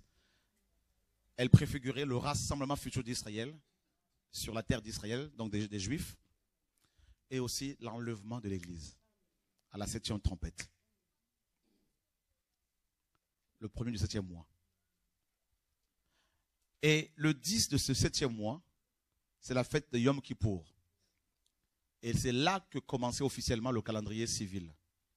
Le 10 du 7e mois, lors de la fête des expiations. Ce qu'on appelle la fête de Yom Kippour. Yom Kippour. Kippour, c'est le grand pardon, c'est le pardon. Yom, c'est le jour du grand pardon. D'accord? C'est le 10 du 7e mois. Là, c'est officiellement la fête, donc c'est officiellement que c'est pendant cette fête que le calendrier civil commençait. Hein, c'est le 10 du 7e mois. Et puis, le 10 du 7e mois, ouais. Et ensuite, la dernière fête, c'est la fête de tabernacle. C'est le royaume. La fête des tabernacles. La 7e fête. Alors bien sûr, la fête des trompettes, comme vous savez, c'est Yeshua qui va faire retentir la trompette, qui va nous faire partir au ciel. D'accord? Alléluia. Et c'est cette trompette-là qui a fait monter Jean au ciel. Vous vous rappelez? Jean, à Abril, c'est 1. Il a entendu la voix de Yeshua comme une trompette. Il est parti. Et pendant l'époque de Moïse, Donc bien sûr, la fête de Yom Kippour, vous savez que c'est le sacrifice des expiations. C'est ce que Christ a accompli. C'est le seul jour, donc le 10 du 7e mois, le jour de la fête de Yom Kippour, c'est le seul jour de l'année où le grand prêtre entrait dans le Saint de Saints. D'accord? Et qu'est-ce que Yeshua a fait quand il est monté au ciel? Il est entré dans le Saint de Saints avec son propre sang. Donc cette fête aussi a été accomplie en Christ, par Christ. Et une fois qu'il a mis son sang dans le sang, déposé son sang dans le Saint de Saints au ciel, il a obtenu pour nous la rédemption éternelle et aussi le Saint-Esprit qu'il a déversé sur nous le jour de la Pentecôte. D'accord? Et après la Pentecôte, la dernière fête, c'est les tabernacles. Donc, c'est le royaume, le millénaire. C'est pendant cette fête que les Hébreux vivaient sous des tentes pour se rappeler de leur délivrance en Égypte, tout ça. Voilà, donc c'est le royaume. Maintenant, pendant Moïse, il y avait aussi d'autres aspects de Christ qui étaient révélés, qui étaient là, mais cachés plutôt, je dirais. Il y a le rocher, vous vous rappelez? 1 Corinthiens 10, Christ, le rocher, qui a abreuvé les enfants d'Israël dans le désert. Paul le dit clairement, c'était Christ. Donc Jésus était tout le temps là. Le grand prêtre Aaron était un archétype de Christ. D'accord? Il y a un archétype de Christ, qui est le grand prêtre selon l'ordre de Melchisédek. Il y a, bien sûr, les offrandes. Il y en avait plusieurs. Il y a l'Holocauste, par exemple. Christ, le sacrifice parfait. Donc l'Holocauste était le sacrifice le plus élevé parce que c'est le sacrifice qui était entièrement consumé par le feu. Donc vous notez Lévitique 3, chapitre 3 et Lévitique chapitre 7 pour méditer à la maison. Vous avez aussi pendant cette fête, pendant l'époque de Moïse, donc l'âge de la loi, et l'offrande de remerciement ou d'action de grâce. Vous vous rappelez, non? Donc vous lisez aussi à la maison donc, Lévitique chapitre 3 et 7. Chapitre 1er aussi, vous lirez. Alors l'offrande d'action de grâce ou de remerciement, shlem en hébreu, shlem, dont la racine est shalom. C'est l'offrande de paix. D'accord? Ça préfigurait l'œuvre de la croix. Et précisément le repas du Seigneur. Parce que pendant ce sacrifice, on amenait un agneau ou un bélier. Le prêtre prenait l'épaule. Le prêtre qui était en exercice, hein, l'épaule et la poitrine. Dieu ne prenait que la graisse qui était brûlée au feu. Et la personne qui amenait l'animal prenait le reste. Et c'est le repas du Seigneur. Donc Dieu participe, nous participons aussi. Voilà. Et il y a tellement de choses à dire par rapport à la loi. Donc il faut plusieurs mois. Mais je vais essayer après cette formation de faire des émissions là-dessus. Donc il y a même des métaux qui étaient utilisés. L'argent, par exemple, l'or, le côté royal de Yeshua, la royauté. Et le pectoral, on en a parlé, hein, donc avec les 12 pierres qui étaient là, sur la poitrine du grand prêtre. Donc c'est Christ qui porte notre charge. En fait, tes problèmes sont en permanence exposés devant le Père par Yeshua, homme. Donc tu n'as pas à t'inquiéter. D'accord? Ta situation, pour tes enfants, tout ce qui te tracasse, Dieu le sait déjà. Donc il ne faut plus te prendre la tête. Dis à toi, ne te prends plus la tête. Voilà. Laisse ta tête à sa place. Il ne faut plus la prendre. D'accord? Alléluia. Le temple préfigurait le corps de Christ. Le corps humain de Christ. En lui habite corporellement toute la plénitude de la divinité. Amen. Le temple préfigure aussi le corps de Christ, donc l'église. Maintenant, qui va construire encore une église aujourd'hui? Il a déjà bâti son église. D'accord? Amen.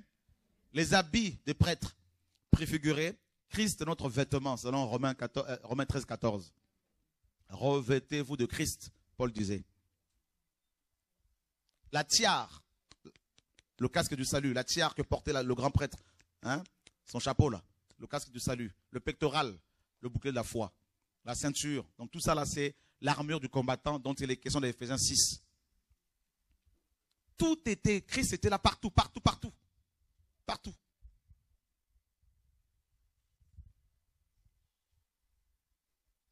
Moïse lui-même préfiguré, bien sûr, Yeshua, parce que Moïse est le prophète de l'Exode. Et il a dit que Yahweh vous enverra un prophète comme moi, donc le prophète de l'Exode. Voilà. C'est-à-dire celui qui vient et qui dit aux gens, suivez-moi. Suivez-moi où? Hors de vos habitudes, hors de vos programmes. Et ça fait mal, mais il faut le suivre jusqu'au bout. Alléluia. Et ensuite, à l'âge de la grâce, ça c'est simple, hein, on reconnaît, Christ est venu. Il y a 2000 ans.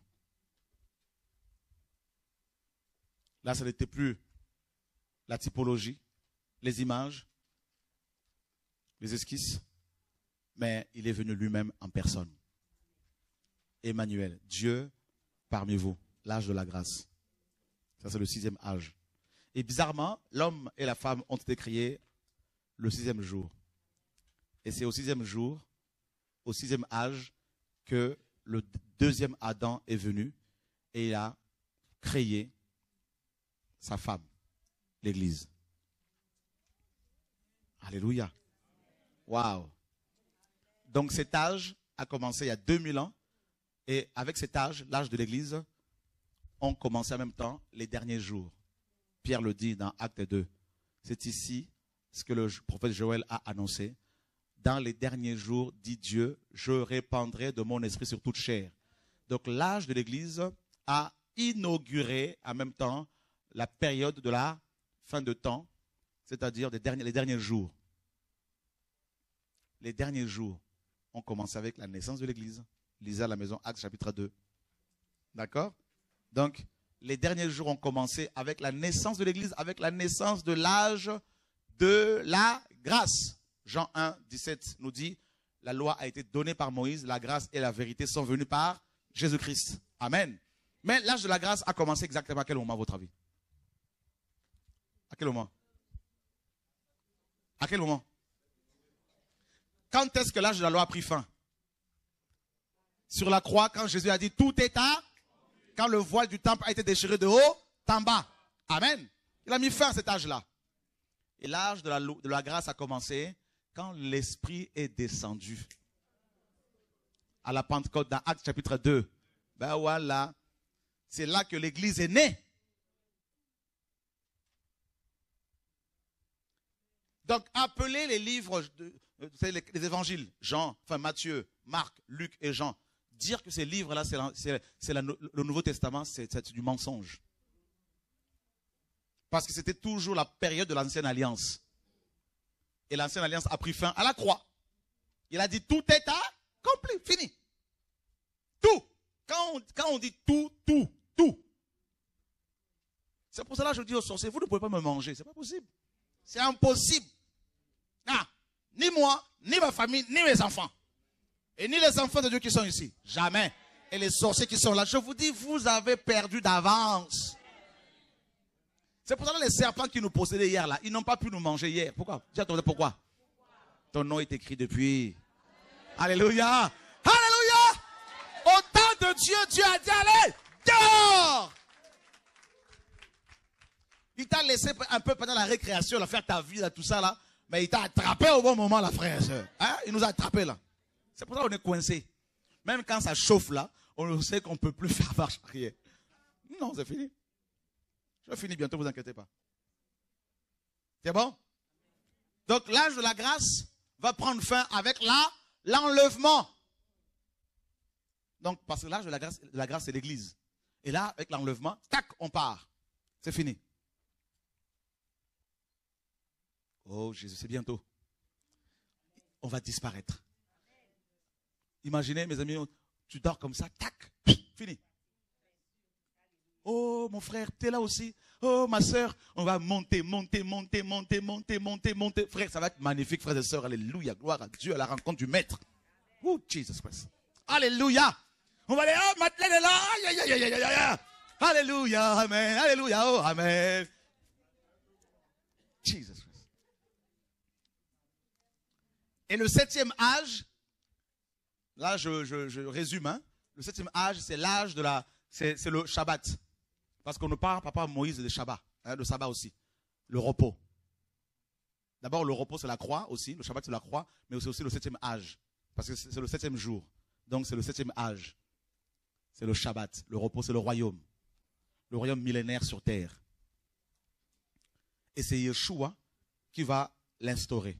Qui va, comme vous le savez, c'est la pierre qui frappe la statue de Nabuchodonosor, selon Daniel 2, et qui devient une grande montagne qui remplit toute la terre. C'est le 7e âge. C'est le millénaire. Mais le dernier âge, on va plonger de nouveau dans l'éternité. C'est-à-dire on va traverser ce temps-là pour aboutir à l'éternité. Et c'est quoi l'éternité, l'autre âge, le dernier âge? On dit Dieu sera adoré d'âge en âge. C'est le 8e âge. Et vous savez comment ça se dit 8 en hébreu? Shemen. La racine de shemen, c'est l'huile. L'huile nous parle de la vie. Alléluia. L'huile, c'est la vie. L'huile, c'est l'esprit. L'esprit, c'est la vie. Ça veut dire quoi? Mes paroles sont esprit et... Donc, nous sortons de la vie. Nous rentrons dans la mort. Dieu vient que la vie, il vient, il va vaincre la mort. Et il nous transporte, il nous fait traverser ce temps mauvais. Comme dans le désert avec Moïse. Le désert, c'est ce temps-là qui nous comprime. Dans lequel il y a des serpents et des scorpions. Et nous marchons quand même sur les serpents et sur les scorpions. Ah là là là là là là là là là là là. Oh Jesus. Mais maintenant, nous suivons le deuxième Adam. Le maître. S'il pose sa main gauche ici, je dois poser exactement à cet endroit-là. C'est ça la marche chrétienne. Là, il écrase un serpent, j'écrase en même temps, frère. Il écrase ici, j'écrase en même temps, frères et sœurs. Alléluia. Il a vaincu la mort ici. Il est sorti de là. Il est entré ici. Et maintenant, il dit, allez, venez ici. Il va entraîner toute l'humanité coincée ici. Il va nous entraîner jusque dans le 8e âge. Pourquoi 8? Lorsqu'un enfant naissait chez les Hébreux, il fallait, si c'était un mâle, il fallait attendre 8 jours. Le 8e jour, avant 8 jours, l'enfant n'avait pas de nom. C'est-à-dire pas de personnalité, pas de puissance. Parce que c'est le nom qui confère la puissance, mes amis. C'est le nom qui confère le caractère, mes amis. Il fallait attendre 8 jours de battement, 8 jours de confusion. 7 jours. Et au 8e jour, l'enfant était circoncis. On a enlevé ce fardeau. On a enlevé la mort. On a enlevé, mes amis, cette maladie. Et là, on donnait à l'enfant le nom. Mais on ne s'arrêtait pas à cet endroit, à ça.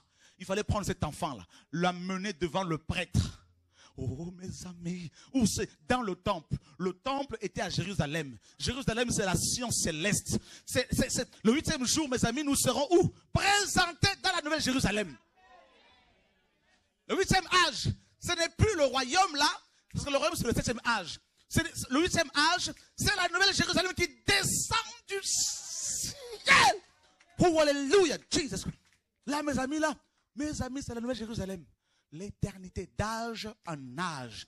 D'âge en âge, nous allons plonger dans la vie. Le fleuve de vie. Celui qui croit en moi, des fleuves d'eau vive couleront de son sang. Alléluia. Jesus Christ. Oh, alléluia, alléluia. Oh, alléluia, magnifique. Là, c'est la nouvelle Jérusalem. Chacun aura sa villa. Chacun aura, mes amis, oh, alléluia. Nous allons manger les fruits célestes. Nous allons voir la face du Père telle qu'elle est. Nous verrons ses yeux. Nous verrons sa bouche. Nous verrons ses cheveux. Nous verrons ses mains. Nous verrons ses pieds. Nous verrons sa taille. Nous verrons sa robe royale, frères et sœurs. Nous serons sur le trône avec le Père, frères et sœurs, mon Dieu. Fini les maladies, fini la confusion, fini la mort. Nous aurons des corps, mes amis, incorruptibles. Nous serons avec, oh, alléluia. Nous mangerons avec Papa céleste. Nous verrons Gabriel, nous verrons Jacob, nous verrons Isaac. Nous serons avec tous ces, oh, mes amis, c'est saint de tous les temps. De tout le temps. Et on va parler de ce qu'on a vécu, de ce qu'on a traversé, des victoires qu'on a remportées, mes amis. Là. On va raconter l'histoire de Yeshua. On va lui poser des questions. Comment ça s'est passé? Comment il nous a créés? On saura tous ces jours-là. Il n'y aura plus de secrets. Il n'y aura plus de mystères. On verra face à face le Seigneur de gloire, mes amis. Là. Jesus. D'âge en âge. Le 8e âge, la boucle est fermée. Oh, alléluia. Oh, alléluia. Les enfants sont circoncis définitivement, présentés dans la Nouvelle Jérusalem auprès du roi des nations, Yeshua. Waouh, voilà le plan parfait du Seigneur. C'est pour nous conduire dans le 8e âge. Les gens pensaient que 7, c'était la fin, la finalité. En fait, 8, chez les Hébreux, c'est le recommencement. Dieu crée une nouvelle terre et de nouveaux cieux. Il détruit cette terre après le millénium. Il détruit tout. Et là, il va essuyer nos larmes. Fini. Et c'est la Nouvelle Jérusalem, l'habitation de Dieu en l'esprit. Le temple céleste. La gloire. Tu vas nager dans la gloire. Tu vas vivre dans la gloire. Mieux qu'Adam. Oh, alléluia. Mieux qu'Adam. L'éternité. Faites tout pour ne pas la rater. Faites tout pour ne pas passer à côté. Que les hommes ne vous éloignent pas de la présence du Père. Que le sexe ne vous sorte pas de la présence du Père. Que l'argent ne vous éloigne pas du Seigneur. Que le matériel ne t'éloigne pas de Dieu. Tu dois aimer Dieu plus que tout, plus que tout, plus que tout. Plus que tout. Tu as été créé pour vaincre.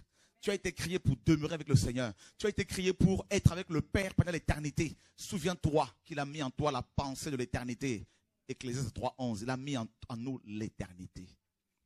Tu vois, l'éternité. Waouh. Vous vous rendez compte, mes amis? Jésus, il est venu nous sortir de l'âge du règne du péché. De l'éternité à l'éternité. Vous vous rendez compte? La vie sans fin.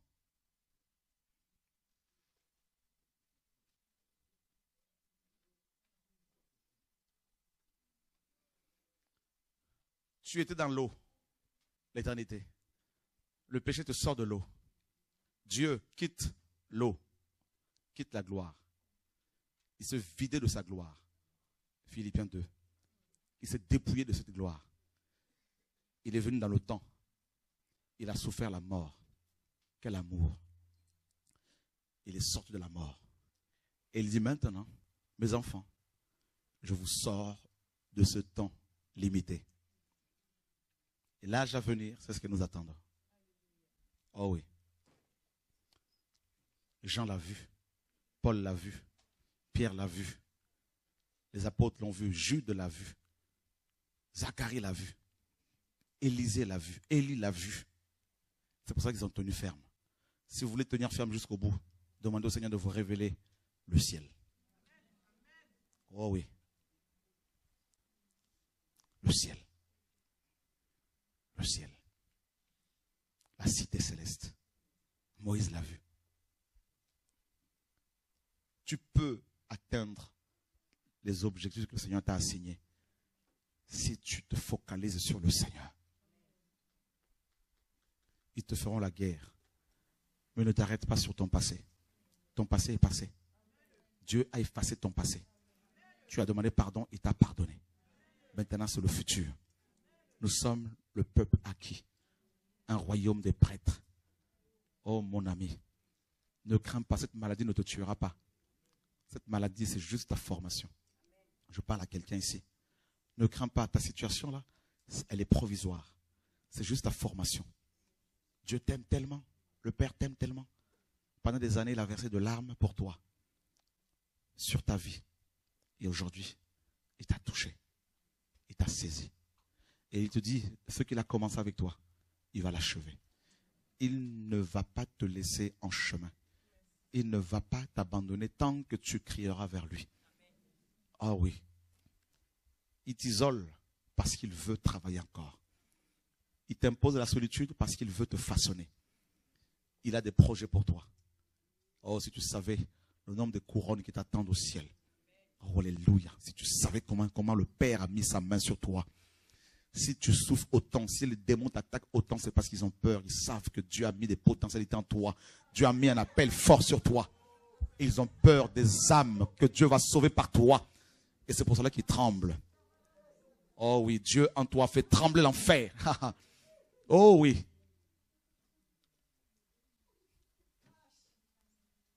Des instruments pour la gloire de Dieu. Tu es un instrument femme entre les mains du Père. Ma fille, c'est toi que j'aime, c'est toi que j'appelle. Aujourd'hui, je t'ai conduite ici pour te parler.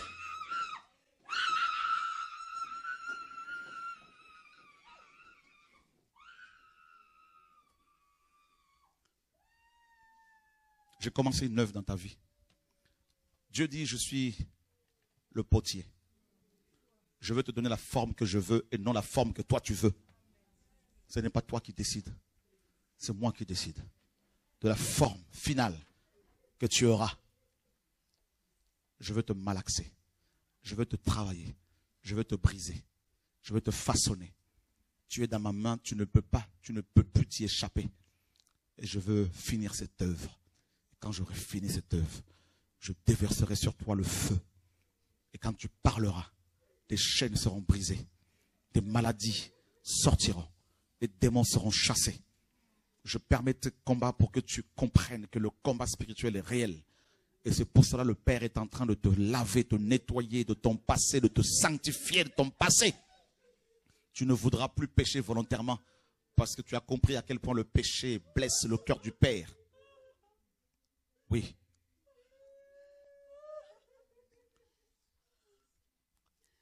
Le Seigneur t'a dit, mon fils, tu dois parler. Tu dois ouvrir ta bouche et parler encore. Parler.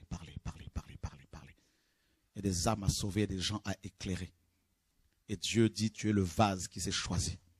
S'il t'a donné cette formation, ce n'est pas pour que tu sois, n'est-ce pas, dans l'orgueil, mais c'est pour que tu saisisses la pensée du Maître et l'appel qu'il a mis sur ta vie.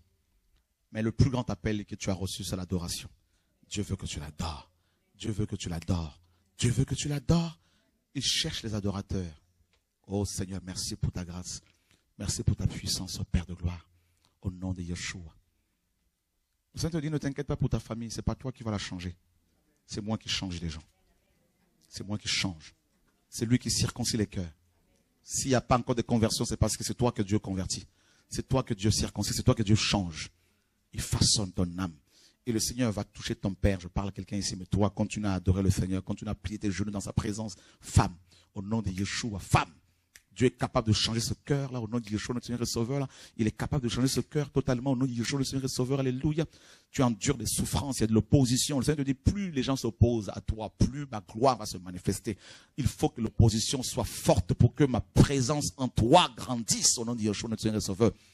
Oh, alléluia, c'est naturel, c'est normal. Ces enfants orphelins que Dieu t'a confiés, tu vas de plus en plus les nourrir, femme. C'est moi.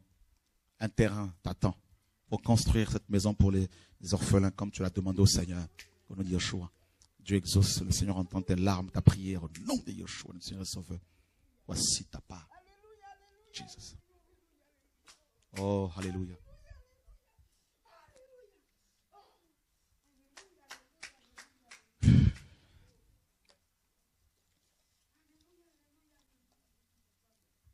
Seigneur, tu es Dieu.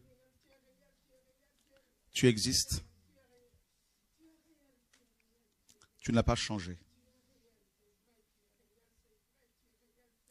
Le Seigneur dit à quelqu'un, n'aie pas peur. N'aie pas peur. Je suis celui qui protège. Celui qui garde. Il t'a toujours gardé. Même à ton insu. Il t'a gardé. Et il continuera à te garder. Au nom de Yeshua. Toute la gloire te revient de Yeshua. Ce soir, c'était la sanctification. C'était l'épée, la séparation. Nous voulons te dire merci pour tout ce que tu as opéré, tout ce que tu as fait durant cette semaine. Pour la force que tu nous as donnée. Père, au nom de Yeshua. Merci pour l'équipe de Didasco qui s'est mobilisée pour cette session. Merci pour votre participation. Merci pour votre compréhension.